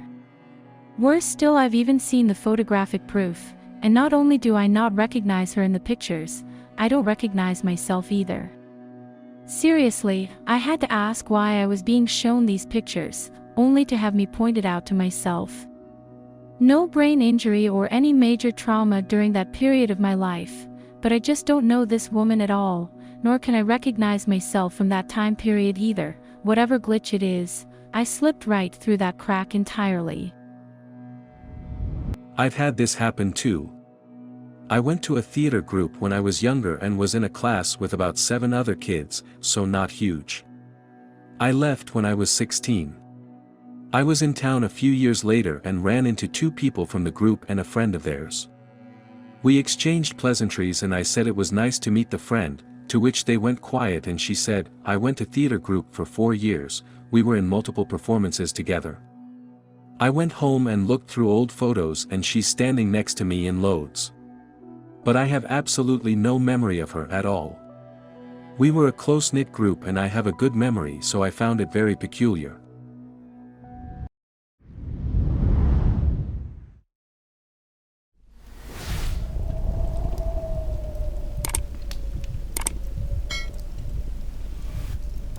Welcome to Creepypasta. Please like, share and subscribe. This will help us make more content for you. Thank you. My child doesn't exist. I just had the strangest experience today. I was in the kitchen, getting dinner ready, and was about to tell my daughter to get ready, because her father and sister will be home shortly. I froze, because I only have one child, but at that moment in time, my heart and soul knew and loved this non-existent child. At the same time, I realized what was happening. I had déjà vu of a girl running around the living room who wasn't my real daughter, but in that memory, she was. All of this happened in less than a second, but now I have this strange sense of loss. It's more than a little unsettling. Edited to add, the not my daughter was younger than my real daughter, maybe 3 years old. It wasn't a memory of my real daughter either, because they looked different. I can no longer have children, so not a future daughter. Comments. I have a living son who is 14 months old. Prior to him I had 3 miscarriages. Before I conceived my son, one night, I had a dream that I was in a house with 3 children, 2 boys and a girl. At the start of the dream I was in the living room and suddenly remembered that I had 3 kids, and I was panicked thinking, they're on their own, they're unsupervised, so I ran into the kitchen and there were my children, playing quietly. I went up to my daughter, who was sitting in a chair reading a book. She looked like she was about 4 years old. When I got closer she looked up at me, got a huge smile on her face, and said, "Mama, you're pregnant." That cycle I conceived our son who is now curled up in my lap sleeping. I know this sounds so stupid, but sometimes I think those were the children I lost. I remember their faces pretty clearly, and they all had thick, curly hair like my son. Edit. Wow, thank you so much everyone for your sweet words and support. I've never told anyone in real life about that dream, except my husband and mom, because I thought people would judge me. For me, the dream was a way for my children to tell me they're not alone, they're together, and they're still with me, and excited for our future family. Sometimes I wonder why my body failed those other children, but then carried my son to term perfectly, but I remind myself of that dream, and that they weren't angry and weren't suffering. When I was 15, I was at school and my mom was home alone. She was sitting in the kitchen on her phone, and this little boy, maybe about 4 years old, with blonde hair and blue eyes, jumped out from behind her chair, at her as if he's saying boo, but no sound came out. She got so frightened, she sat in the backyard with my dog for half an hour and realized, why am I hiding outside from a little boy? She ended up telling me about it, and said to me that little boy seemed so familiar to her. I had a baby boy last year, and my mom says every day he looks more and more like that little boy she saw, and she even said it when she met him for the first time. They both looked at each other like they already met once. It was such a weird experience. Missing 4 hours and ended up on a military base. About 20 years ago, my best friend and myself went to Ridgecrest, California for a party. The party ended up being a 50th wedding anniversary, and we were improperly dressed for it. We ate at the banquet hall, left to the home of my friend's cousin. We left a short time later, headed back to Bakersfield. I was sitting in the driver's seat, she was in the passenger seat, and we began to enter the freeway on-ramp. That was the last memory either of us had until 4 hours later. I kind of woke up, but I didn't feel like I was sleeping. I more or less became aware of our surroundings, and that I was in the passenger seat. I looked over at my friend, and her eyes were staring into the dark distance. Quickly, I realized we had somehow ended up on a dirt road. I yelled her name, she kind of snapped back to reality. There was a chain link fence along the driver's side of the car, with barbed wire on top. The road was graded, but the surrounding field was not. For some reason we were going 30 or 40 miles per hour down this dirt road, and we start freaking out. Almost immediately we drove right up to a white sign about 20 by 30. It had large red and black letters. The top portion read, "Warning."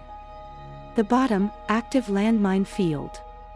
I screamed for us to turn around, and my friend hit a U-turn in the dirt, as we both screamed at the top of our lungs. By this point we are both in a full panic. We have no idea where we are, how this happened, where we are going, but we are moving. She's driving 50 to 60 miles per hour in the Tahoe, headed the opposite direction. We traveled maybe 2 minutes max. Suddenly we see lights from every direction approaching, just as fast as we are running, if not faster. When they got within 100 yards or so, they turned on their sirens and we realized it was the police. Military police. We have somehow ended up deep inside of a military base. They came driving through ungraded desert to stop us. We were removed from the vehicle, two 20-something girls in party clothes sobbing. The MPs asked us how we got there. They asked what gate we had come in. They kept us in the desert for hours. My friend was put into the back of an MP car for a good portion of it, while I sat in the dirt leaned against the fence. They ran our names, discovered my friend had someone write a bad on her account a few counties away, and nothing else. We were questioned, and finally after 4 hours we were released. They escorted us out of a gate. We realized we were now on the north side of the city, when we had left originally from her cousins on the south side of Ridgecrest. We went home. Told maybe 5 or 6 people, who all either assumed we were crazy, or lying. We stopped telling it, until recently I told my fiancé. Then I made a TikTok, which way more people watched than I expected, and here I am. We were not on any type of psychedelic drugs. We both share the same memory, including the time lapse. If I was alone in the car, I would have thought it was a dream. It was the scariest experience of my life. I would have posted this from a throwaway account, but you need karma credit to post here. Comments. Crazy story, man. I believe stuff happens to lots of people. Most people won't speak of them, because people think they are crazy. My stepbrother and I are best friends. I'm 40 and he's 49. He finally broke down and told me a story of missing time. He got in his car to run some errands. About 4 to 5 hours later he woke up in the middle of nowhere, here in Utah, where we live, and he was about 50 miles from home. He has no psychological issues and no drugs. He said he remembers being extremely dehydrated afterwards, and he totally had no idea how he got to where he was going, and it's to a place he'd never been. I've begged him to go under in hypnosis, to try to figure out what happened, but he said he's too scared to find out. Which is crazy to think, he's already scared of what might have happened. You ever thought about going under? I had something wacky like that happen in the middle of a school day, and yeah, didn't talk about it for a long time afterwards. I was rushing to get to class on time, because I'd stupidly scheduled my classes and only had 10 minutes to get across the entire college campus.